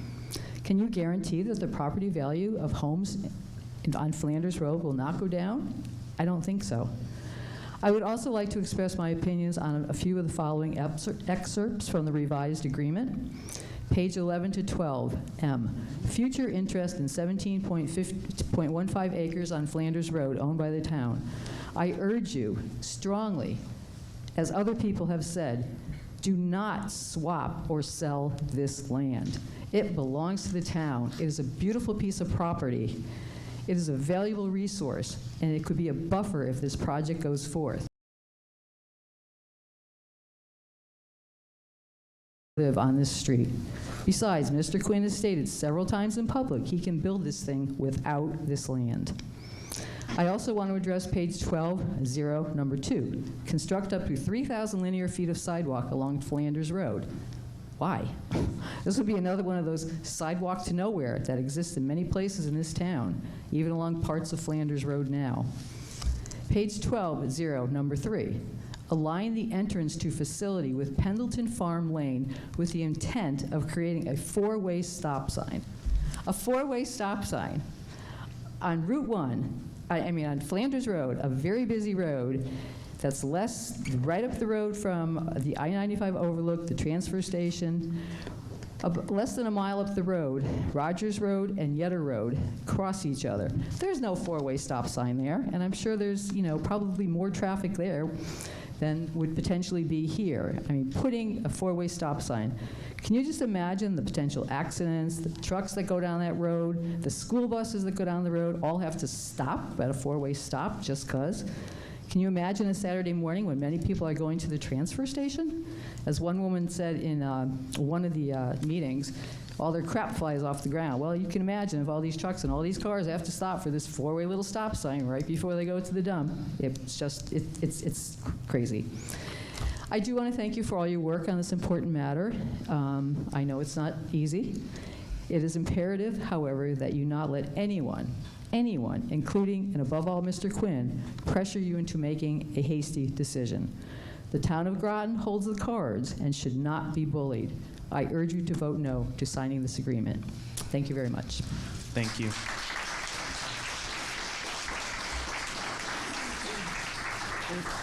Next, I have Joan Smith.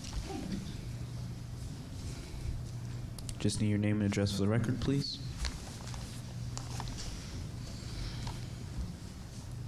Good evening. My name is Joan Smith. I live at 37 Island Circle South in Groton. I am president of Groton Open Space Association, and we own 2 nature preserve properties abutting the southern boundary of the New England Edge Data Center property. We were surprised to see that building number 3 was placed next to the Sheep Farm South boundary line in the revised host agreement conceptual map. The applicant has suggested at the public meeting that the proposed data centers would be tucked close to I-95 to avoid negative impacts to neighboring properties. Visitors to the Sheep Farm South would now have no choice but to look down upon the rooftop, parking lot, and roads from high above the proposed site. Lights, sounds, vibrations, diesel exhaust, and views of the rooftop mechanics would not be hidden by the parapet and would impair the recreational enjoyment and conservation values of the nature preserves.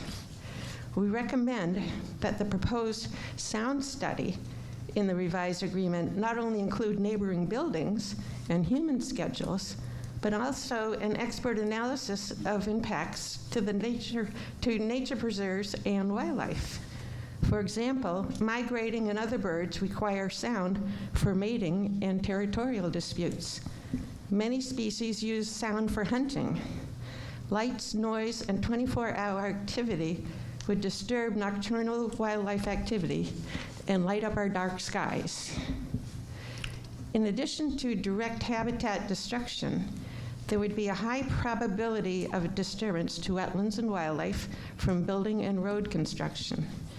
The bedrock ridgeline, where the connector road would head from building number 3 to the northern buildings, contains streams, wet terrain, and what should be a protective vernal pool buffer. The ridge is shaped like a narrow peninsula with steep sides sloping towards the wetlands and streams on 3 sides, and features 2 crossing streams on the 4th side. Massive regrading to create a large flat area for the data center buildings would impact surface and underground water flows. A 14-acre roof and parking lot for one building alone would produce 510,000 gallons of stormwater runoff after only 1 inch of rain. Pollutants from the roof would contain nitrogen and phosphorus from atmospheric deposition and would require extensive pre-treatment engineering to avoid polluting the groundwater and nearby reservoirs. A spectacular view from the Sheep Farm South of the steep hillside, featuring a glacial boulder terrain, mossy stones, seeps, a small ravine, a brook, a stone wall boundary, and a rocky upland knob with possible Native American stonework would be ruined. The quiet beauty and peacefulness of nature would be lost, and with it, the recreational value, wildlife habitats, water quality, air quality, and night skies. There could also be archaeological disturbances. The entire district, including the project site, is eligible for nomination as a registered National Historic Site for its archaeological resources. There is pre-colonial, colonial, and Battle of Mystic history already documented on neighboring properties. Fort Hill, high above the project site, is the site of Fort Windsock's base for the great sachem, Sassacas, from the pre-colonial period when the Pequot tribe dominated the area. Sassacas proceeded to Mystic to join the 1637 battle and suffered the retreat from Mystic to the Thames River. GOSA has an open mind to see if environmental preservation, archaeological preservation, and data center development could be compatible. We recommend that the Town Council request an environmental review team study by Connecticut DEEP at no cost to the town to learn about the environmental and archaeological values of the property. We recommend that the Town Council resist pressure to decide quickly and to take time to evaluate the host fee agreement, the promised financial benefit, the applicant's reported history, his financial backing, the risk of litigation, and potential environmental harm. The community deserves a more transparent and detailed plan before any decision is made to move forward. Thank you for your time and consideration. Thank you.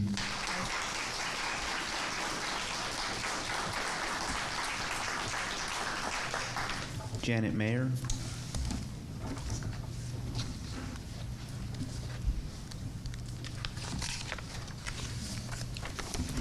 Just need your name and address for the record, please.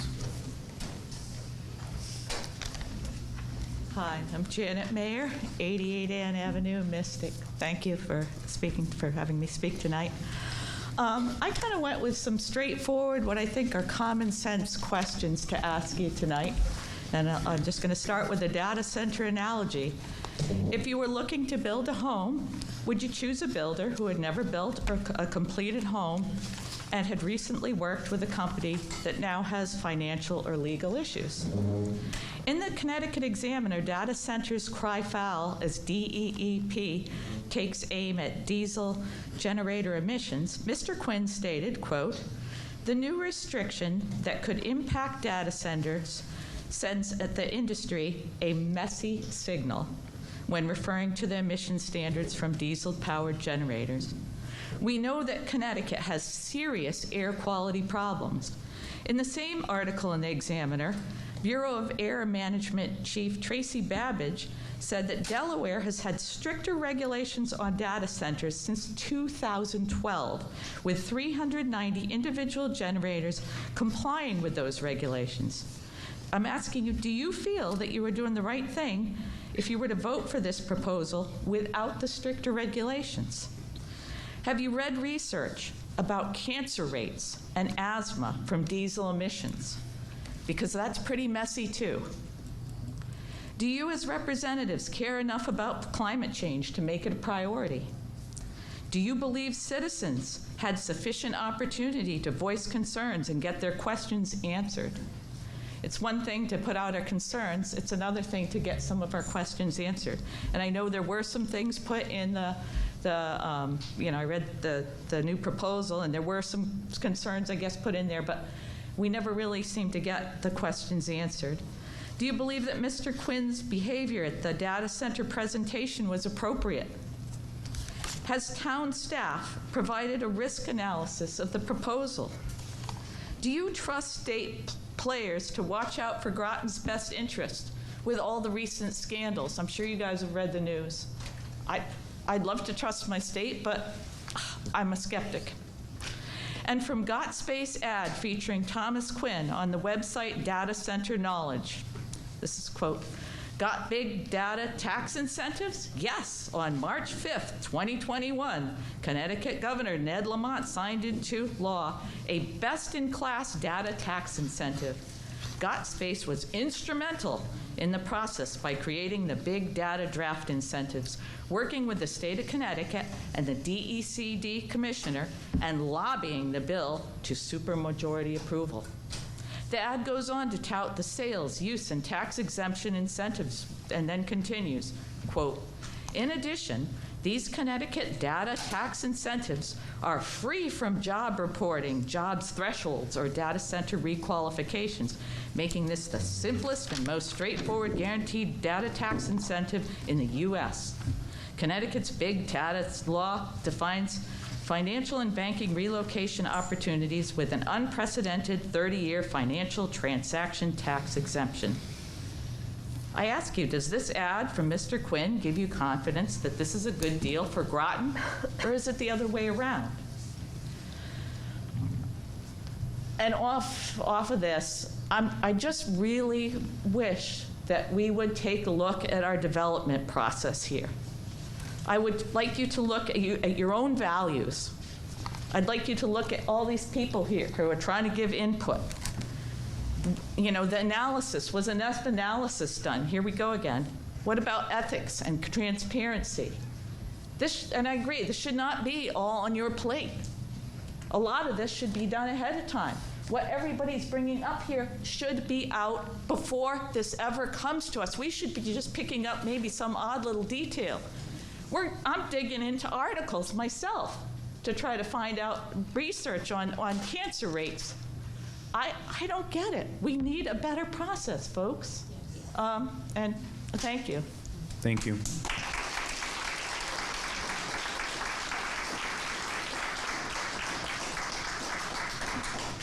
Next, I have John L. Missioni.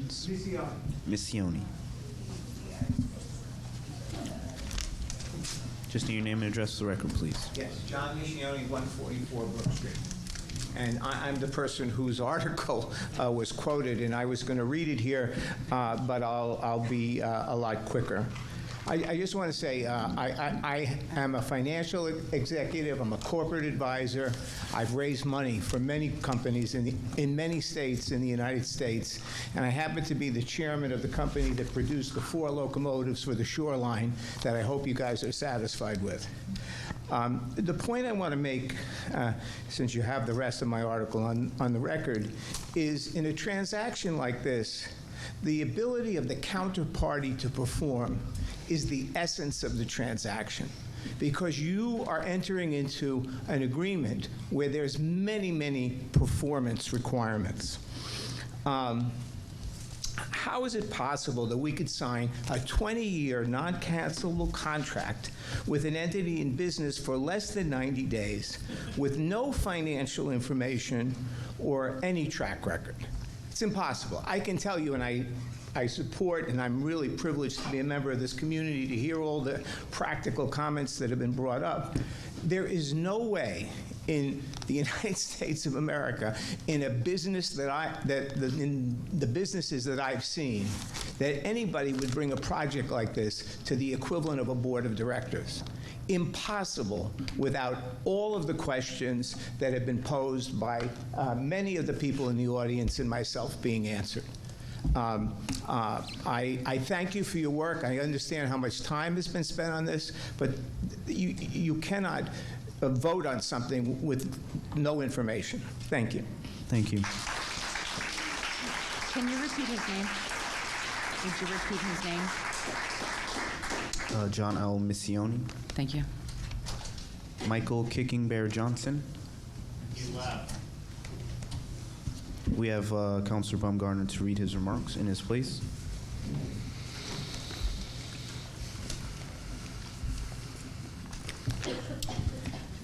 And he sends his apologies to members of the Groton Town Council from Michael Kicking Bear Johnson, Acting Tribal Historic Preservation Officer for the Mashantucket Pequot Tribe. Members of the Groton Town Council, my name is Michael Kicking Bear Johnson. I'm a citizen of the Mashantucket Pequot Tribe and Acting Tribal Historic Preservation Officer. I thank you for the opportunity to submit this testimony in opposition to the host fee agreement for a data center proposed to be located on Flanders Road in Groton. My tribe has lived in this area since time immemorial. Our continued existence on these lands is well known and documented in our oral stories and later still through Connecticut's history. Groton remains within our ancestral homelands. The presence of my tribe has also been demonstrated through archaeological study.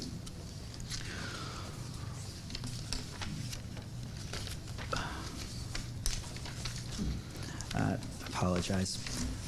We would encourage the Groton Town Council to deeply consider having these.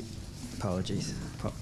There are many sites within Groton listed with the Connecticut State Historic Preservation Office. Many of these sites have been documented through a federally funded grant project directed by my tribe entitled the Pequot Battlefield Project. The archaeological work was conducted by Dr. Kevin McBride, a very well-known senior archaeologist from the Anthropology Department at UConn. The construction related to the proposed project will change the landscape around Flanders Road. As a result, there is a substantial likelihood that ceremonial stone and other cultural features located within the project site will be adversely affected or destroyed. If this project is approved, the probable loss of cultural connection for the Mashantucket Pequot tribe and other tribes in this area will be immeasurable. We would encourage the Groton Town Council to deeply consider having these features studied by cultural experts from our local tribes and professionals from within the field of anthropology. Historic preservation is about the furtherance of education. Groton could also benefit and rely on these experts to consider evaluating these features for listing with the National Register of Historic Places. Doing so would further protect stone features.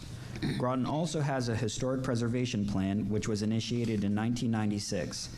In its introduction, it cites the following: Groton is fortunate to having much of its traditional character intact. Historic buildings, sites, and landscapes are abundant and form an essential part of town fabric. The significance of this recognized by their listing on the National Register of Historic Places. Future growth, however, poses a threat that must be addressed. Commercial expansion and new residential subdivisions are chasing the face of the community.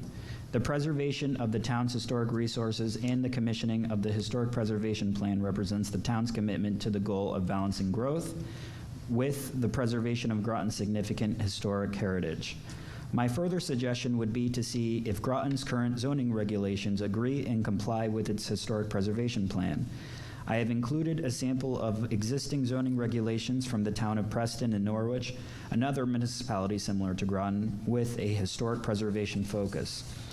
And finally, as for the overall details of the development plan for the data center, it deeply concerns me that very little information seems to have been shared with you as the town council members to make informed decisions about a project of this scale. I am happy that you have chosen to postpone a vote on the host fee agreement. It demonstrates a willingness to listen to the residents and others who have a vested interest in the town of Groton to understand all views and concerns better. To that end, I thank you for your time and opportunity to share my views with you. Sincerely, Michael Kicking Bear Johnson, Acting Tribal Historic Preservation Officer for the Mashantucket Pequot Tribal Nation. Thank you. Kristen Earls.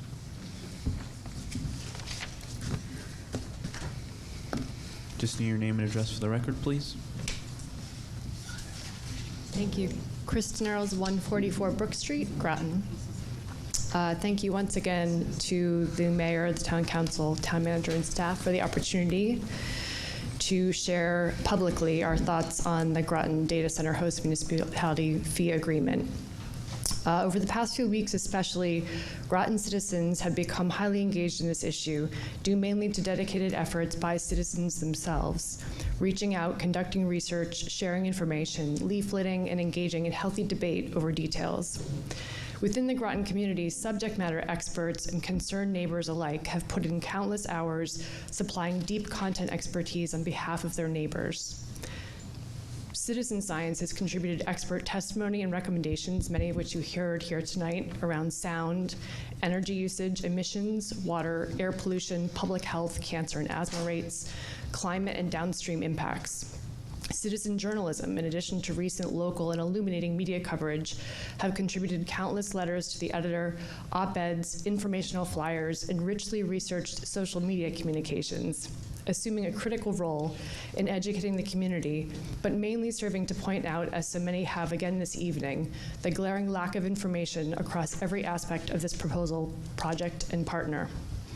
Finally, we've seen good old-fashioned civic engagement and the resounding call from every corner of this conversation and across various interests, from ethical business practice and process transparency to public health impacts and open space advocacy, has been this. After the Mystic Oral School and now with the proposal on the table for the data center, Groton would be best served to take this opportunity to step back and put together a true sustainable economic development framework and process for evaluating this and future opportunities. How much time and goodwill could be preserved? Nothing has been more evident or made me more proud these past few weeks than to witness the attention, engagement, and generosity that the Groton community has demonstrated around this issue. I ask simply that the town council, in fulfilling its duty to represent and reflect its citizens' interests, does just that. The volumes of in-depth research provided and sentiment expressed by engaged citizens of Groton point overwhelmingly to the same conclusion. Given the additional information that has come out about the developer, as well as the larger and already detailed questions related to this and any data center project, the town council should not act on this proposal. And also, let's use this as a long overdue opportunity to form a citizen committee to assist the town with a contemporary framework to promote truly sustainable economic development in Groton. Thank you. Thank you.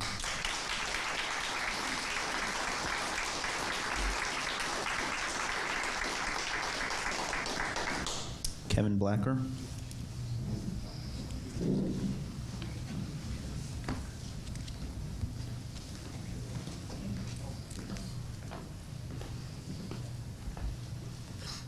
Kevin Blacker, 51 Main Street in Noank. I guess I'd like to start by saying that I think the bravest person that I've heard speak tonight would be Ms. Resnikoff. I think it takes a lot of courage to stand up and speak in front of a room that you know almost everybody is going to disagree with what you're saying. I think that if she wants to understand the animosity towards Thomas Quinn, if the town wants to understand the anger that the citizens are feeling in relation to this project, I think it has a lot to do with a developer coming in using very high pressure sales tactics, attempting to get a tax break valued at between $80 and $120 million before the public has the ability to vet and consider all of the harm or potential benefit associated with the project. That tax break, as I understand it, is to allow these data centers to be cost competitive with our electricity rates, which are some of the highest in the country.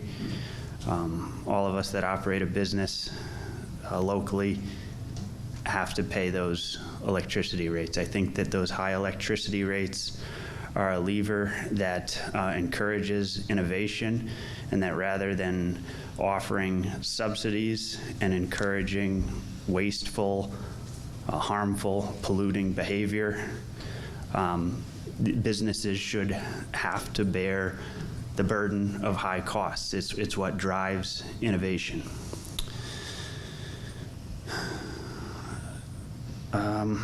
As I understand it, the generators could be between 100 and 250 megawatts. So this one project, if it was built to its full capacity, could erase all of the gains, all of the benefit that we would make, that Connecticut would make from the Revolution Wind offshore wind project, which is 700 megawatt project, 400 megawatts delivered to Rhode Island, 300 to us. That green or supposed green energy massively subsidized by the taxpayer, by the ratepayer. The environmental benefit of that power erased by one project like this.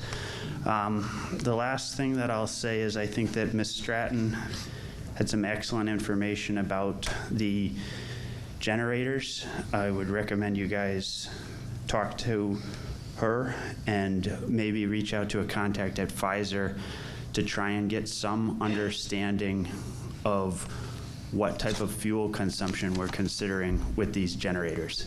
How many gallons per hour, what type of fuel storage capacity they're talking about. Pfizer's has a power plant on site. They run on gas, natural gas, but when they get kicked off gas, they go to diesel. They don't have enough storage capacity on site to run, so they have to have deliveries made.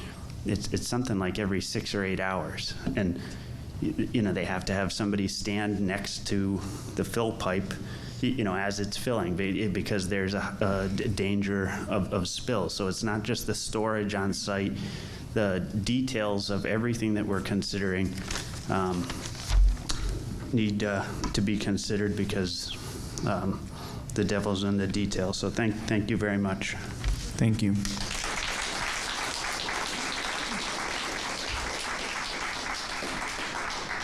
Lynn Marshall.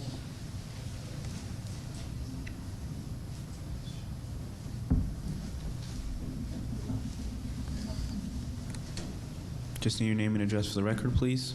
Lynn Marshall, 118 Pearl Street. Thank you all very much for listening to the public. The town has certainly made a good faith effort to address the noise concerns. Tonight, I want to address the importance of having a noise standard. The town is kicking the issue of noise standards down the road over to the Planning and Zoning Commission, which will not have time to address Groton noise standards before this application likely appears on their door. The reason for having a good noise standard to work with now is that the data center's noise control engineer will have a lot more options of dealing with the noise, a lot more degrees of freedom in the planning stages, rather than after the data center is already built. You don't want to build the data center and then complain about the noise.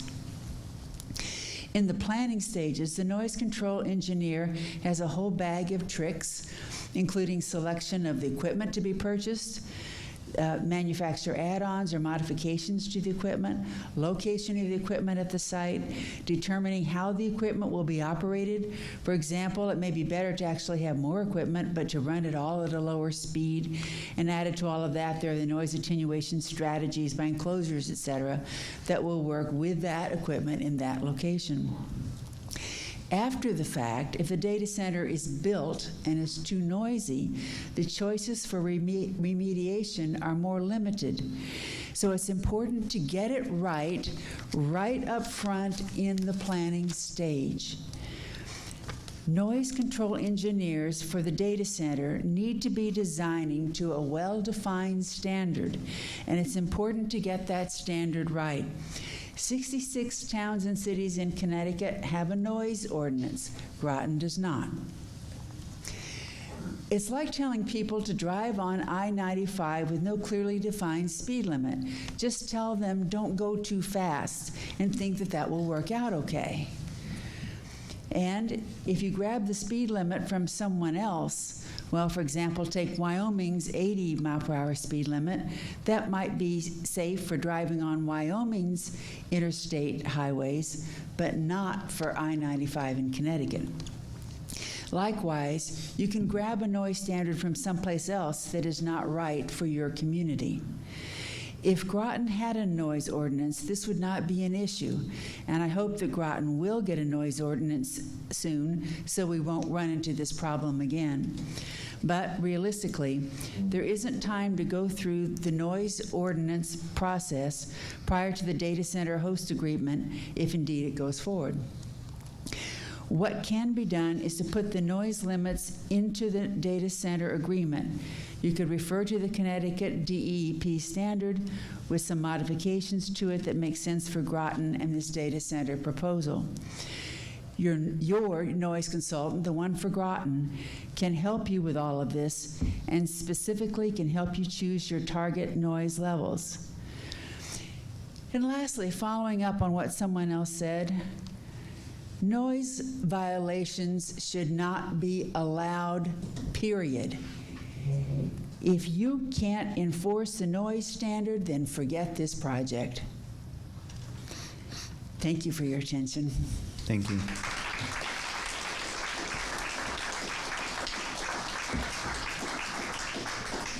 Sue Frazier-Frankowitz. Just need your name and address for the record. Sure. Sue Frazier-Frankowitz, 201 Elm Street, Knowing. Thank you for serving our community. I'm relatively new to Groton. I expect to live here for the rest of my life, and I expect that to be a good long time. However, I am so alarmed, absolutely alarmed by what I am seeing. Well, let me just say this. I have a degree in sociology from Connecticut College, and I have a degree in administration and planning, a master's degree. I would have never guessed that the good people who sit on this council, on this board, would allow 2 disasters in a row. I mean, where is the process for getting, if it's your staff that's inadequate, if it's your thought process, if we were desperate for tax money. It might be one thing. We're not. We have a strong tax base in this town. Why are we entertaining proposals from people who later turn out to be crooks? Why would we do that to ourselves, to each other? I don't get it. The reason I came out tonight is because that bothers me more. I so appreciate all the factual information that's been shared here in the last couple weeks in the paper, and for people to show up tonight.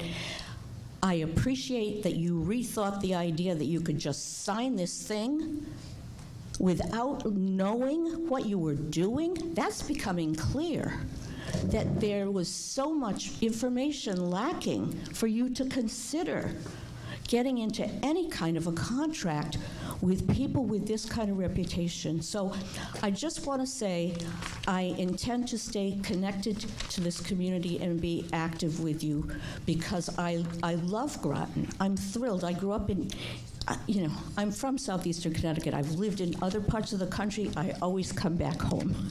And I'm here to stay in Groton, and I want to work with you, and I want you to learn from this experience. You have got to get somebody available to you that can give you the information you need. You can't do all this. You have other jobs. However, you cannot take action without listening to us. I will never be silent about that, so thank you. Thank you.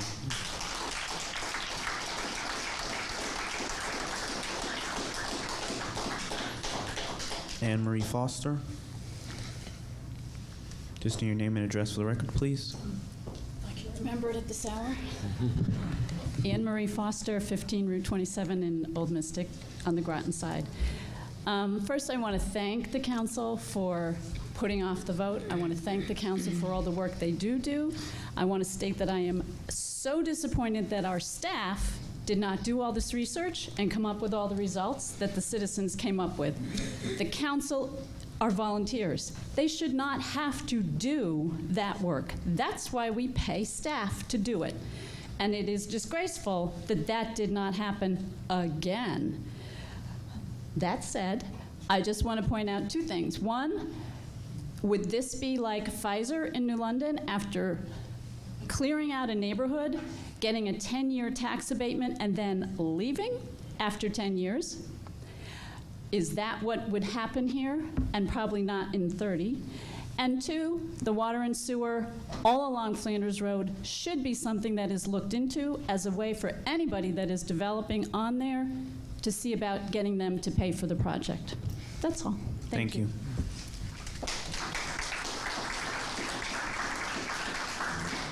Sima Eben.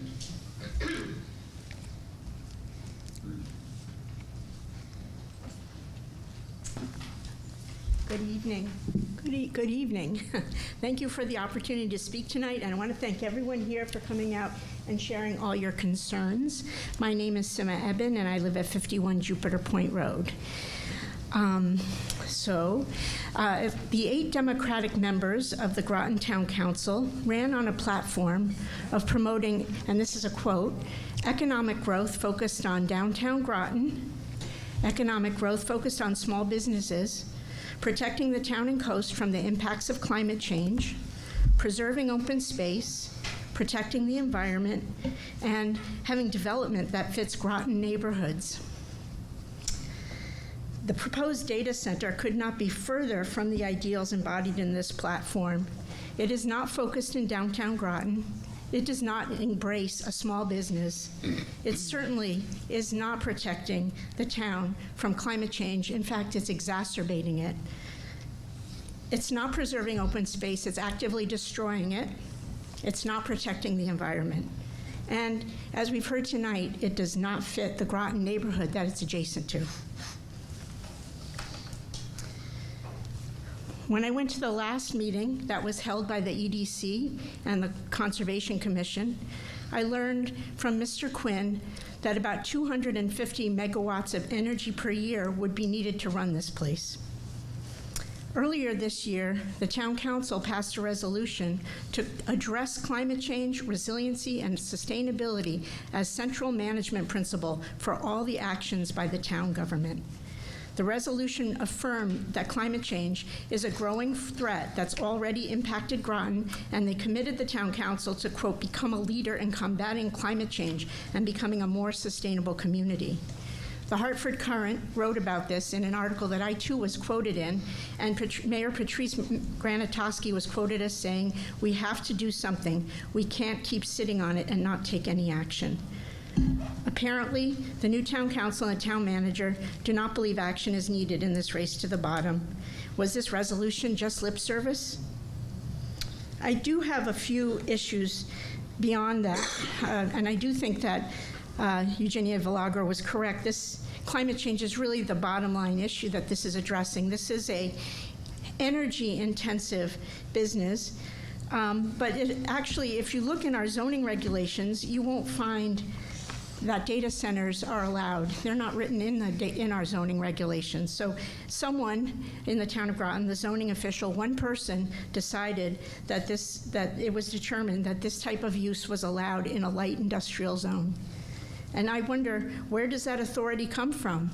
Shouldn't it come from the zoning commission, the people who actually created those regulations? Further, the RTM has been completely cut out of the discussion. We're talking about a 30-year lease with about $6 million per year in property taxes that are being withheld, with a host agreement that may be between $500,000 and $1.5 million, yielding a tax break to Mr. Quinn and his Any Edge LLC of $150 million, give or take, depending on how much the host agreement ends up being. It would seem that the RTM should have some oversight in a financial calculation and transaction of this magnitude. You know, and much has been said about the qualifications of Mr. Quinn. I won't go into that, but I would just say that after the Mystic Oral School debacle, one would think that the town manager, the town staff, and the town council would be more thorough, prudent, and transparent in their efforts to promote development in our town. Thank you. Thank you.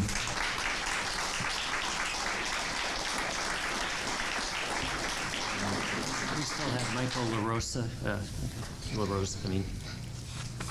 and Chris Regan had asked to speak to. From Zoom, Michael LaRose. Just like to change his role, sorry.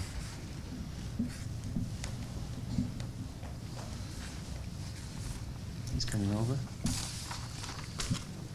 Okay, he's on.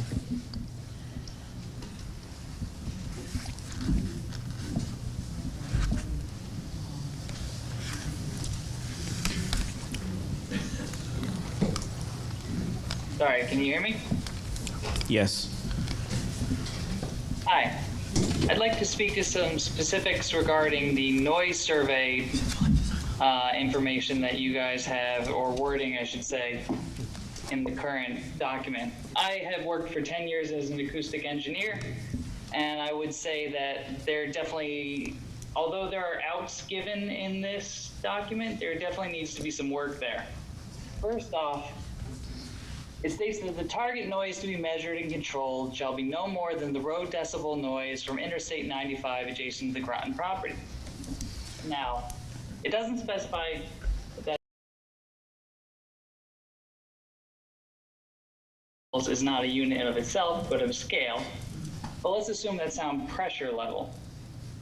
If you want the sound to be equivalent to that baseline at the nearby houses, or as it was properly stated, at the nearby open space, you actually need the sound pressure levels emanating at a same distance from this potential site to be less, so that they sum up to an equivalent level.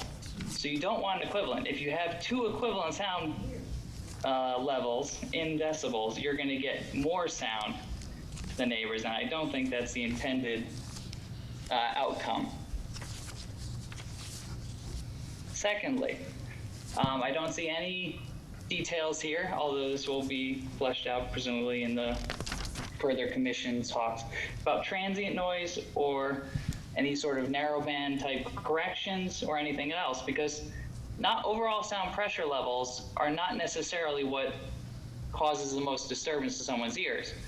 If you have a vacuum cleaner where, two vacuum cleaners, I should say, of equivalent sound pressure level, but one of them has a very discrete tone at the blade press frequency, that's going to annoy people a lot more because that has that whine.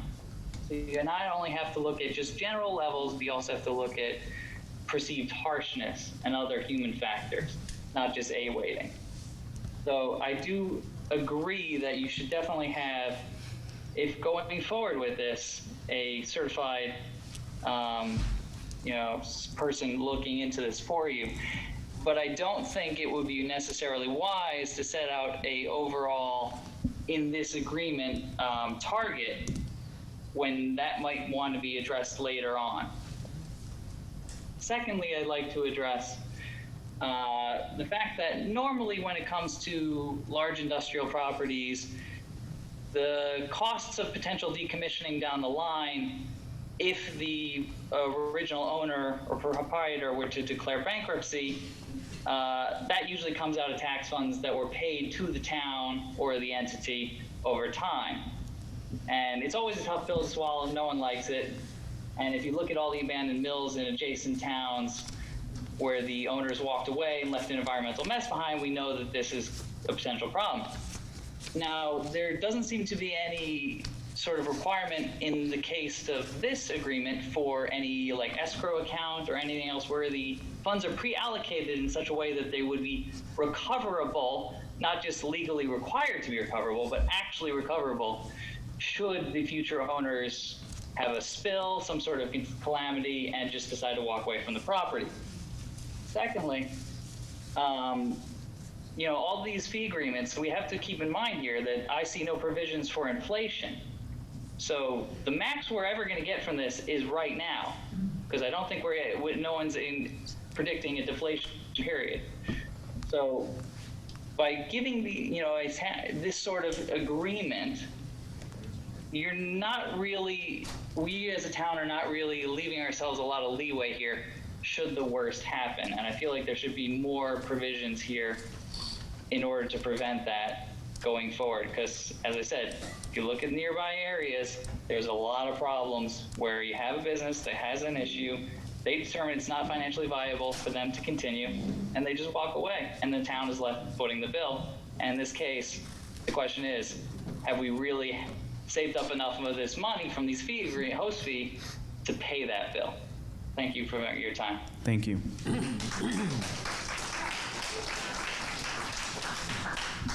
Dave McBride. I received a letter from someone, but they text me. He said it's already come. Okay. And besides Chris Regan, we also have Edward Jacome. Okay. Chris Regan.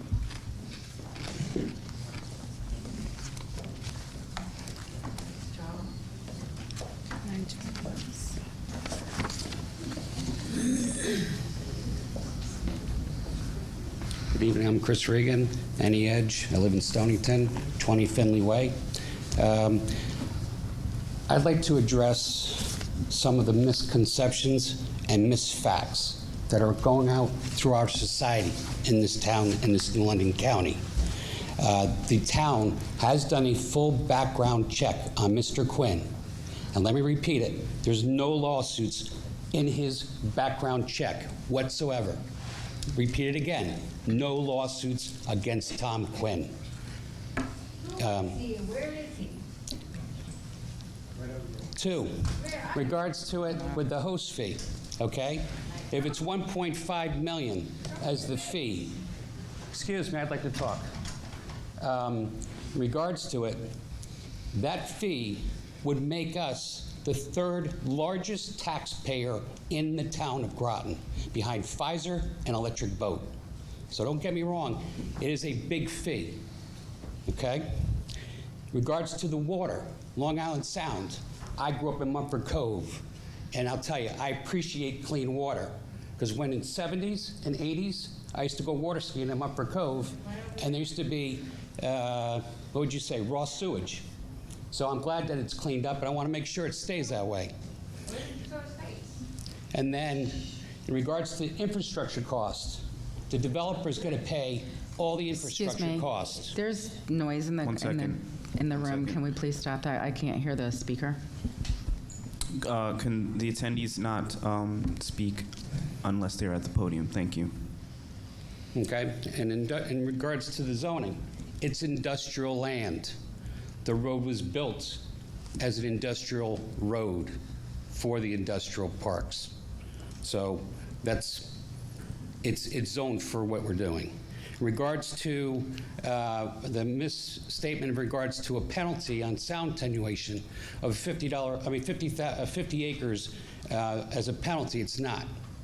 The 50 is the donation that we're going to give back to the town. We're going to do sidewalks, 3,000 lineal feet. Wherever the town wants us to build 3,000 lineal feet of sidewalks, that's where we're going to do it. We're going to do a 2-acre dog park. Regards to the new Albany, Ohio picture on social media, that is over 3 million square feet, not even close to what we would be building on this property. Not even close.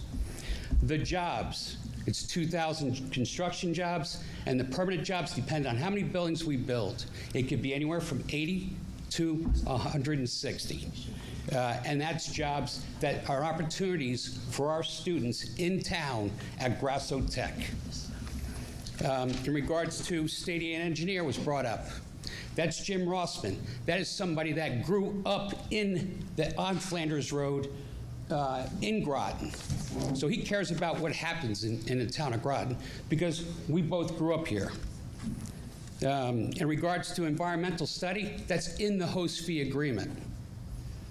So a lot of these false accusations that are flying around like it's factual, it's not factual because you guys have done the background check on Mr. Quinn and there is no lawsuits. Get me right, it is no lawsuits.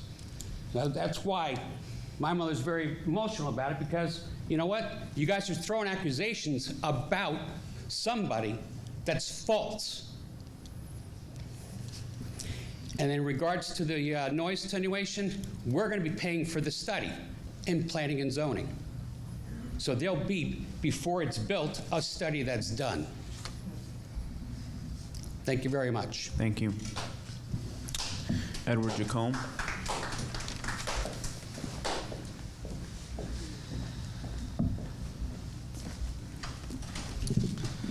Thank you. 64 Round Hill Road, Groton. Whether the data center happens or not, I do not have much of a preference as of right now, but I ask that the town and its elected officials continue to do their due diligence. I do think constantly attacking the staff is not fair, and that expecting a better outcome constantly bringing down moral and belittling staff when they are doing the best they can are always attempting to listen to residents and its governing bodies. They are doing that. I've heard that it might not be the right location for such project, so where would you want it? Where would everybody want it? Do you want to put it down in the city? Do you want to put it in downtown Groton? No. Where I think it should be, we should keep it in industrial land. As for the references for cryptocurrency, that kind of hit a spot with me. So those facilities are unlikely to come here to this area, let's be honest. I disagree with Ms. Surf and that Bitcoin is a scam.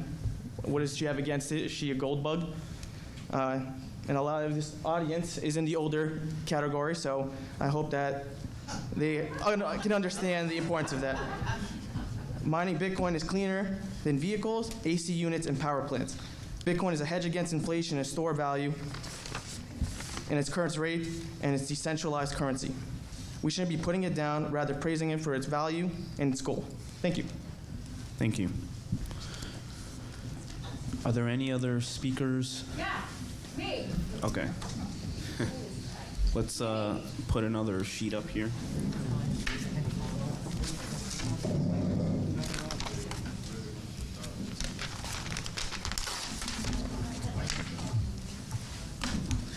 Okay, so we have another sheet up front, so if you want to speak, write your name on the list.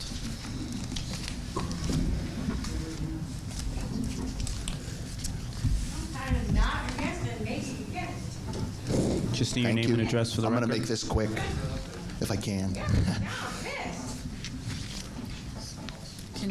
I'm sorry, someone's making noise. Can we have someone speak one at a time? Yeah, of course, I'm gonna. Okay, great. Thanks. Thank you so much. Diffused.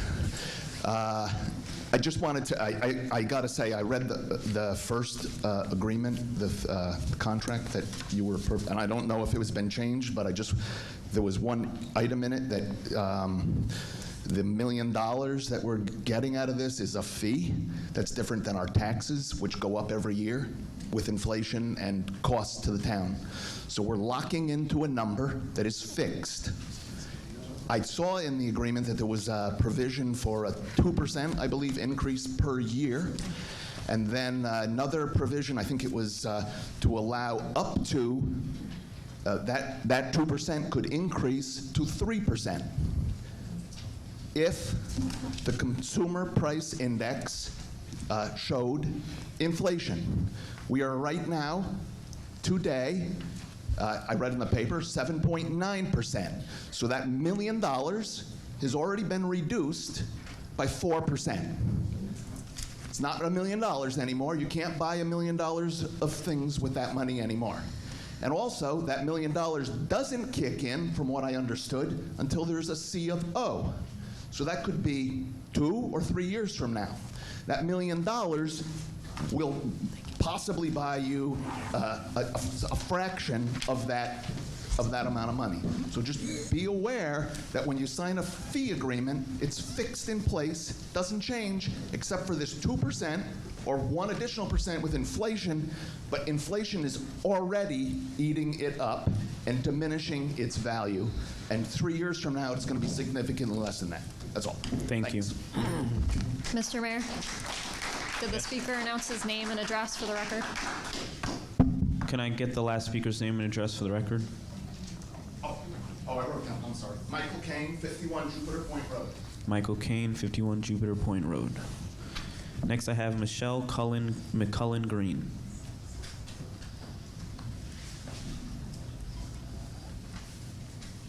Just need your name and address for the record. Good evening. Thank you for the chance to speak. My name is Michelle McCullen Green. I live at 450 Flanders, so I'm across the street from the project. I wasn't planning on speaking. I did submit a statement in lieu of speaking at the regards of the impact that we'll have on the immediate neighbors. But after hearing him speak and rattle off how they care about Flanders Road, and but I'm kind of addressing the sound attenuation, but not really, because he mentioned the 50-acre offset to get credit towards.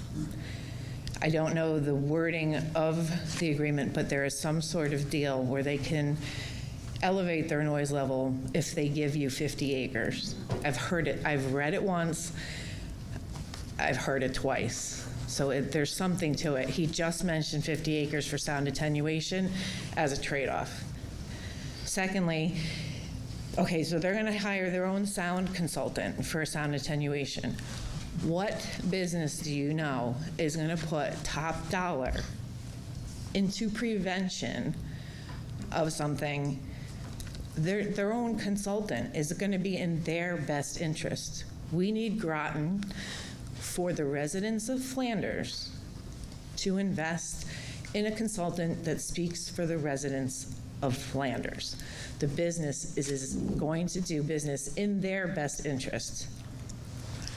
They don't have to answer to us for a loss of property value. They don't have to answer to us.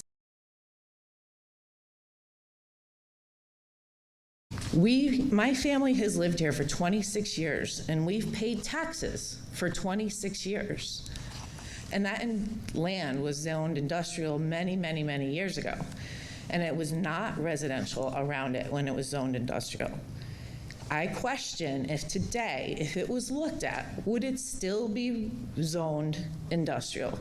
Because it is completely surrounded by homes. Homes. I'm going to ask you guys, where you live, will you want your child who already has asthma, who has audio processing disorder, and hears high-pitched sounds. Now, in his home, when he plays in his yard, he's going to be inhaling diesel. He's going to be hearing a mosquito in his ear. We were here first. We live here. We pay Groton taxes. And you're telling me you're going to take a piece of property. Basically, I understand your position. You're being put in a position of making a decision without all the information, not being experts in this. But I think overwhelmingly the community has responded. We are concerned justifiably about our environmental risks. And I am speaking as one family who lives across the street. My child's life is going to be impacted by this. We most likely will not be able to live there any longer because of the diesel fumes, because of the mosquito sound. Would you want to have to leave your home because the town of Groton needed $1.5 million? Is that fair? Please think from your hearts and not with your political objectives. And I appreciate all that you do. Thank you. Thank you.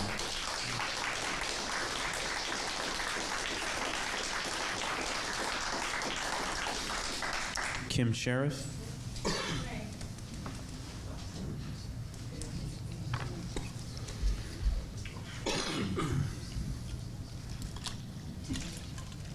No, this is both me and my husband.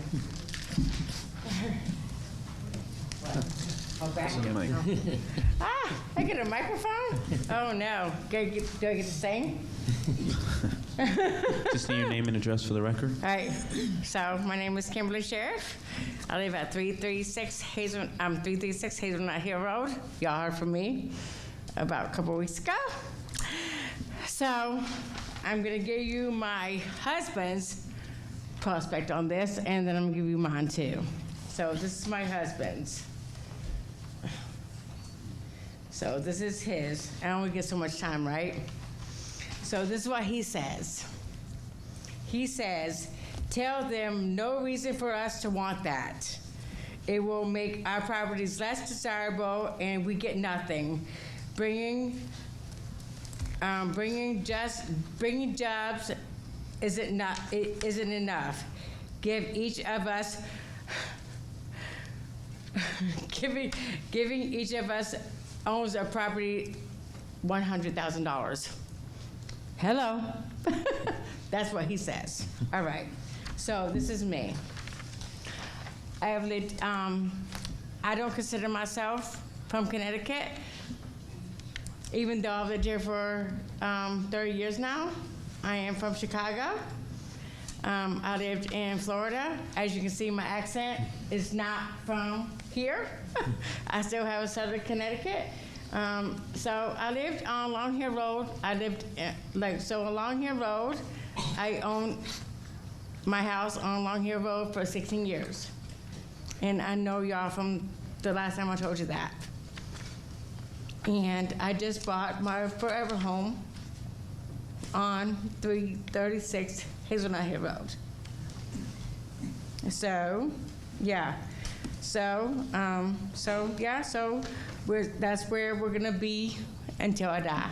That's my forever home.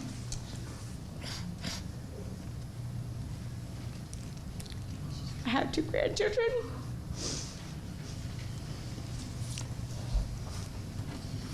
And my baby. I just want to make sure that I can stay there till I go. That's where I'm gonna die. You know what I'm saying? That's where I'm gonna die. That's where I'm gonna live until I die. So I consider Connecticut my home. And so, yeah. So I said, what my husband, like I said, what I said to y'all, that's my husband. But yeah, so I said we have septic and whatever, and like I said, I have been here for 34 years. I was only supposed to be here for 2 years. 2 years. I was supposed to live in Connecticut. My mom and dad got back together because he got into the Navy. I was supposed to go back to Florida. That was my life. And now Connecticut is my life now. You know what I'm saying? So this is where my family has grown up. And now, I said I lived on Long Hill Road. For 16 years, Long Hill Road, right across from Kodo's, is my house. I live across from Kodo's. I own that home. I still own that home. My mom lives there. That's where she lives. I still own that home. And it says, so I consider Connecticut my home. But Hazelnut Hill Road now is my home, and I consider that my forever home. And now that this might affect my home, my forever home,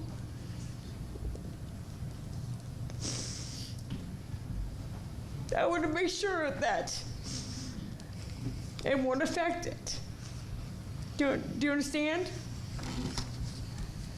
So, yeah. If it won't affect it, I don't care. I have 2 grandchildren that I'm growing up there. I mean, if you really, really in your hearts don't think that it will not affect my children and my grandchildren, then you can grow it. I don't care. In your hearts, if you don't think, because we go hiking in that sheep farm, and my 5-year-old grandchildren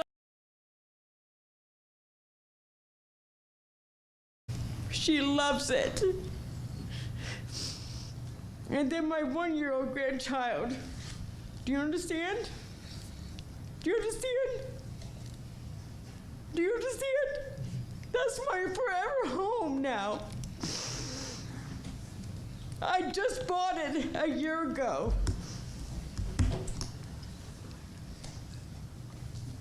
And they live in Bristol. So you gotta understand that I have a 5-year-old grandchild and a 1-year-old grandchild now. And they go hiking in that sheep farm. And we go to Flanders, and we take those hikes through that. Oh my gosh, it's so beautiful. You don't understand. It's beautiful.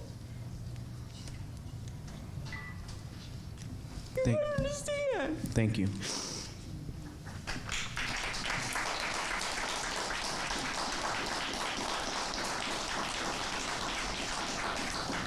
Bill Hunsinger.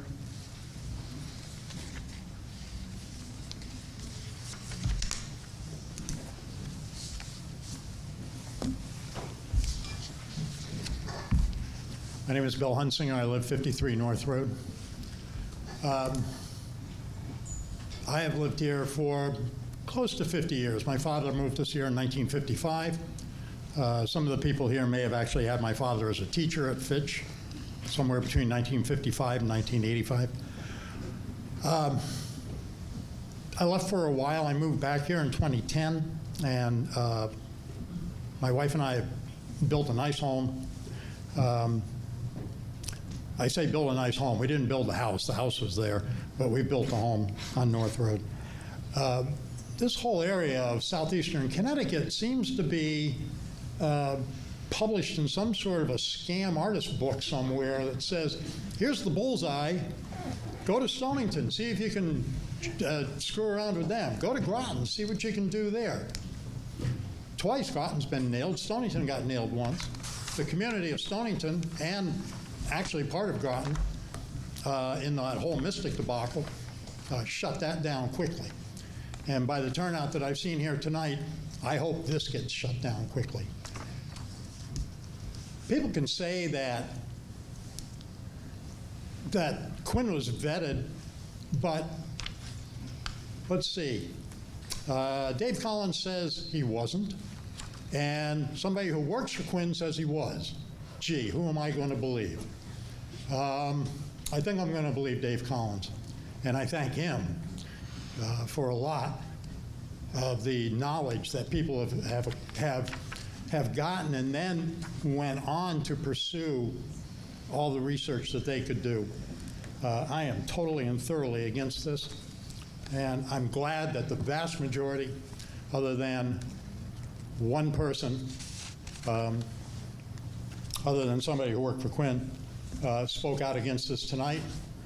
I think I'm the last speaker, and I'm glad to say I close out by saying, Thank you. Is there anyone else in the room who would like to speak or online? Online. Okay, thank you everyone for coming out.